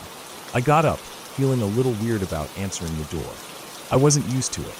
Usually, if someone came over, my parents handled it. But there was no one else home, so I had to do it. The door to our house was one of those fancy ones with window panes, the kind where you can see who's outside before you even get close. As I walked toward it, I instinctively glanced through the glass. There was no one there. The porch light was on, illuminating the front step and part of the yard, but the space in front of the door was completely empty. No delivery, no package, nothing. I frowned, taking a few more steps forward, leaning to check if maybe someone had left something off to the side. My eyes drifted past the porch, toward the street. That's when I saw it. For less than 3 seconds, maybe not even that long, I saw the shadow of a tall man standing near the streetlight. But there was no man, just the shape. It didn't make sense.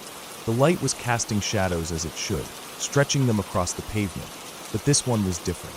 It had weight to it, definition, like something was standing there that wasn't supposed to be. I blinked, and it was gone. I stayed there for a second, staring, trying to make sense of what I had just seen. The street was empty. Nothing moved. No footsteps, no sound, just the faint glow of the streetlight casting long, normal shadows on the pavement. I told myself I was seeing things. Maybe I had been staring at the screen for too long. Maybe the movement in the game had messed with my vision. I turned away, shaking it off, and went back to the game. For a while, everything was normal again. We played for hours, our focus shifting completely back to the screen. The earlier weirdness faded, replaced by the comfort of routine. At some point, my friend ran out of Coke. I offered to grab more, not thinking much of it. It was a small thing, just stepping out of the room for a few seconds, heading down the hall to the kitchen. But the second I stepped into the hallway, something changed. The overhead light flickered. Not a full-on flicker, not like in horror movies where it flashes dramatically before cutting out, but just a small, almost imperceptible change in brightness. Like something had passed in front of it for half a second. And then, just as I registered that, the light seemed to stretch. Not the light itself, but the way it hit the ceiling. The shadows shifted unnaturally, pooling in the corners of the hallway, stretching toward me. It was the same shape I had seen outside. The same tall figure, just barely there, just distorted enough that I couldn't fully make out its edges. I froze. For a split second, I tried to convince myself it was nothing. A trick of my eyes. A weird angle. But my gut told me otherwise. I took a step back, my breath coming faster now. My heart was pounding.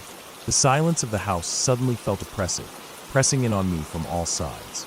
I backed away slowly, keeping my eyes on the ceiling, on the shifting darkness that shouldn't have been there. Then the lights went out. Not just in the hallway, the whole house. I heard myself scream before I even realized what was happening. My body moved on its own, instinct taking over. I ran, straight back into the game room, straight back to where my friend was. I had no idea what was going on. The power had never gone out like that before. There was no storm, no wind, nothing that should have caused it. And then, just as suddenly as it had gone dark, the lights came back on. The house was silent again. Nothing moved. I stood there, heart still racing, my hands shaking. I wanted to laugh it off, to tell myself it was just a weird power surge, a coincidence. But deep down, I knew something wasn't right. I never saw the shadow again after that night. Not outside, not in the hallway, nowhere. But I never forgot it either. Even now, years later, I still think about it. The way the shadows had moved, the way the light had stretched, the way my gut had screamed at me that something wasn't right. Maybe it was all in my head.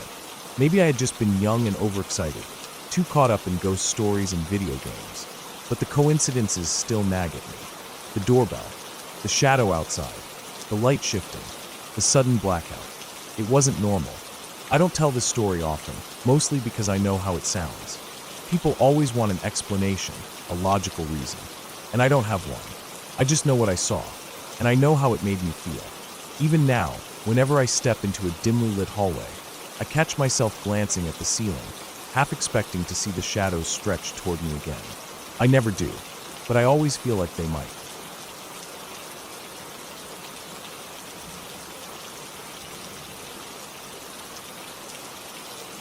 I'd been running errands for months. It was just part of the job.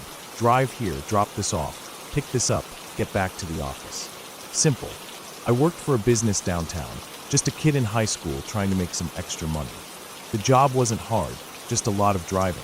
And after a while, I knew the city well enough that nothing really surprised me anymore. St. Louis as a whole had its rough spots. Some places were worse than others, but if you lived here, you just got used to it. I wasn't oblivious to the kind of city it was. I'd been to sketchy areas before, places where you locked the doors without thinking, kept your head down, and moved with purpose. That was just how it was. I never thought too much about it. That day, the job was simple: go to a locksmith and pick up some keys. I'd never been to this specific locksmith before, but I had the address, and I was used to making runs like this. I didn't even think twice about it. Just another stop, another errand to check off before heading back to the office. The drive started like any other. I pulled out of the parking lot, merged onto the road, and followed my GPS. Downtown St. Louis had its usual traffic, cars stopping and starting at random, people darting across the street without looking. It was just another day. Then, as I got closer to my destination, I noticed the streets changing. The buildings looked older, more rundown. Graffiti covered most of the walls. Windows were either boarded up or barred. The sidewalks had fewer people, but the ones who were there weren't just walking. They were standing around watching. Some were talking in small groups, others just leaned against walls, staring. I'd been through areas like this before, but something about this stretch of road felt different. I glanced at my GPS, half a mile to go. Almost there. I rolled up my windows. The locksmith was right off a major street, a small, one-story building wedged between two other businesses that looked barely operational. The sign above the door was old and faded. I slowed down, trying to spot a parking space. Nothing. There was no parking right in front. The only spots I saw were further down, tucked away into the surrounding neighborhoods. I kept driving, scanning for something close. The further I went, the worse the streets looked. Houses with peeling paint, broken fences, overgrown yards. A few people sat on porches, watching the street like they had nothing better to do. I finally spotted a space and pulled in, killing the engine. I sat there for a second, looking around. It was quiet, but not in a peaceful way. More like the kind of quiet where you knew people were watching, even if you couldn't see them. I reached over and grabbed the work order, making sure I had all the details right. Just in and out. A quick walk, grab the keys, get back to the car. I stepped out, locking the doors behind me. The sound of the lock clicking felt too loud. I started walking. The locksmith wasn't far, maybe a 5-minute walk, but it felt longer. Every step made me more aware of my surroundings. The cracked pavement, the trash piled against the curb, the distant sound of a siren echoing somewhere in the city. Then I heard it.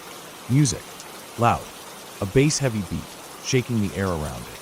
I glanced to my right, toward the intersection ahead. A white sedan was coming fast, way too fast for a street like this. The music blasted through its open windows, a deep thumping that rattled the car's frame. It should have blown right through the stop sign. Instead, it screeched to a halt. I kept walking, forcing myself to act like I hadn't noticed. I didn't look, didn't react, just kept my pace steady, focused on my destination. Then a voice cut through the music. A deep, sharp voice. I didn't catch the first words, just the end of the sentence. "The fuck do you think you're doing around these parts?" I didn't stop, but I did look. The white sedan sat inches from the stop sign. For guys inside, big guys, all of them staring straight at me. My heart slammed against my ribs. I forced myself to stay calm, to keep my steps even. My mind went blank, running on autopilot. I said something. I don't even remember thinking about it. It just came out. Told them I was headed to the locksmith, picking up some keys for work. My voice was steady. Too steady, like it wasn't even mine. One of them just stared at me. 5 long seconds. Then he nodded, like he had decided something. "You're in a real fucked up part of town." I barely registered the rest of what he said. I just nodded. Said, "Okay." Then I kept walking. The music kicked back up, and the car peeled off, disappearing around the corner. I didn't look back. I reached the locksmith and stepped inside. The door shut behind me, and suddenly, the world outside felt distant. The inside of the store was small, the air thick with the smell of metal and grease. The guy behind the counter barely glanced up as I handed him the work order. I felt my pulse in my ears. It took maybe 5 minutes for him to get the keys. 5 minutes of standing still, feeling the weight of what had just happened pressing down on me. The keys clinked as he set them on the counter. I grabbed them, muttered a thanks, and stepped back outside. The walk to my car felt different. The street was the same. The houses, the fences, the peeling paint, it was all the same. But I wasn't. I moved quicker, my body buzzing with leftover adrenaline. Every sound felt louder. Every shadow stretched longer. My car was exactly where I left it, untouched, but it felt further away than before.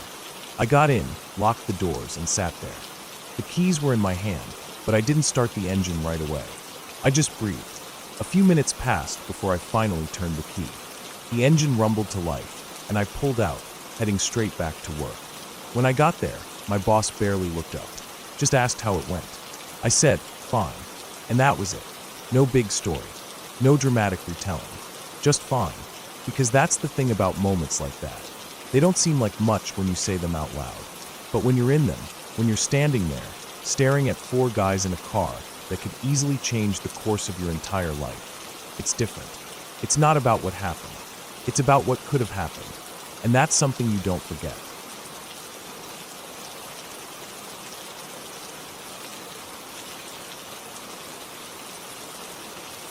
We lived in an old house when I was a kid. It was big, too big really, and had that worn-out, uneven feeling of a place that had seen too many years and too many families before us. I never liked it. The wooden floors creaked underfoot. The hallways always seemed too dark no matter how many lights were on. And the whole place had this heavy, airless silence that made me feel like I had to tiptoe, even when I was alone. I was about 8 or 9 when it happened. My parents had gone out with some friends, leaving me and my brothers with the babysitter. I don't remember much about that night, just that we were at her house, probably watching TV and eating junk food like we always did when our parents weren't around. It wasn't until years later, long after we'd moved out of that house, that I found out what happened while we were gone. My parents, along with their 2 friends, pulled into the driveway late that night. It was cold out, one of those crisp autumn nights when your breath fogs up in front of you. As they sat in the car for a moment, gathering their things before heading inside, one of them glanced up at the house. Someone was standing in the upstairs window. All 4 of them saw it, a dark figure, motionless, looking down at them from what had once been my bedroom. They didn't panic. Not at first. My dad's first thought, apparently, was that one of the babysitter's kids had come back to the house for some reason. But the more they looked, the less sense that made. The figure wasn't moving, just standing there, watching. That's when the fear set in. They got out of the car, their breath hanging in the cold air. My dad walked up the steps first, unlocking the door, hesitating just a second before stepping inside. The house was silent. No sounds of footsteps, no scuffling from upstairs, nothing. My mom and their friends followed, all of them moving cautiously, listening for anything out of place. My dad flicked on the lights. Everything was exactly as they had left it. The front door had been locked. The windows were all shut. There were no signs of forced entry. Still, they searched. Every room, every closet, every possible hiding place. My dad checked under the beds while my mom opened the wardrobes, heart pounding, expecting to find someone crouched inside. But the house was empty. The only thing left was the feeling, the cold, nagging certainty that they had all seen it. The 4 of them, sober enough to know better, had seen someone standing in that window. And yet, there was nothing. They never told us. Not while we were still living there. Looking back, I understand why. If I had known, I wouldn't have spent another night in that house. Years later, after we had moved, my mom told me about another house she had lived in when she was younger. She shared it with her best friend, a small place that should have been ordinary. But it wasn't. Strange things happened there. The little things at first. Objects moved, but not in the way you forget where you put something. Things would disappear entirely, only to show up in the strangest places. My mom had a small collection of stuffed animals she kept on a shelf in her bedroom. Every morning, she would wake up to find them arranged on the stairs. At first, she thought her roommate was playing a joke, but they both swore they weren't doing it. Then there was the fork, an old, rusted fork that didn't belong to them. They kept throwing it away, first in the bin, then outside, then even taking it down the road and tossing it into a public trash can. But every time, it found its way back into their cutlery drawer. They named the ghost Leslie. Not because they believed in ghosts, necessarily, but because it was easier to joke about it than to acknowledge the creeping unease that grew with each incident. Then my mom met my stepdad. He didn't know about Leslie. One night, he stayed over for the first time. They were watching TV on the sofa, half distracted, the hum of the screen filling the quiet space of the house. At some point, he got up to use the bathroom. When he came back, he looked unsettled. Not scared, exactly. Just off. He told my mom he'd seen someone on the stairs. She asked him to describe what he saw. He did, in detail. And as he spoke, her stomach turned to ice. Because he had never seen a picture of her dad, her real dad, the one who had died years before. But what he described matched him perfectly. She didn't say anything at first, just nodded, pretending like it didn't shake her. But later, when she was alone, she couldn't stop thinking about it. My stepdad wasn't the kind of person to believe in things without proof. He was skeptical, level-headed. But there was one thing that even he struggled to explain. He was driving home late one night, taking the usual route past the old graveyard on the hill. He had done it countless times before, never thinking much of it. But that night, as he rounded the bend, he saw her. A woman, standing by the side of the road. Something about her wasn't right. At first, he thought maybe she was lost, or maybe just someone waiting for a ride. But as he got closer, his hands tightened on the wheel. She didn't have a face. Not in the way that someone's face is in shadow, or turned away. It was just wrong. A smoothed-out blur where features should have been. He didn't slow down, just kept driving, his heart hammering. A second later, when he glanced in the rearview mirror, she was gone. It didn't make sense. There was nowhere for her to go. The road was bordered by open fields, no trees, no buildings, no ditches deep enough for her to disappear into. She was just gone. Then there was my brother, the youngest of us, always saying things he shouldn't know. We were playing I Spy in the car one day. He picked a letter, A. My mom and I guessed everything we could think of, but nothing was right. Finally, we gave up. Ambulance, he said. We looked around. There were no ambulances. We told him that didn't count, but he just shrugged. There will be soon, he said. And 3 minutes later, 2 ambulances sped past us, sirens wailing. Another time, he warned my mom not to take a certain road. There's an accident, he said. She didn't listen. But 10 minutes later, the radio crackled with the news. A major accident on that very road. We never talked about it much. It was easier not to. But sometimes I wonder. About the house on Wren Street. About Leslie. About the things my brother said. I don't believe in ghosts. But I don't not believe either.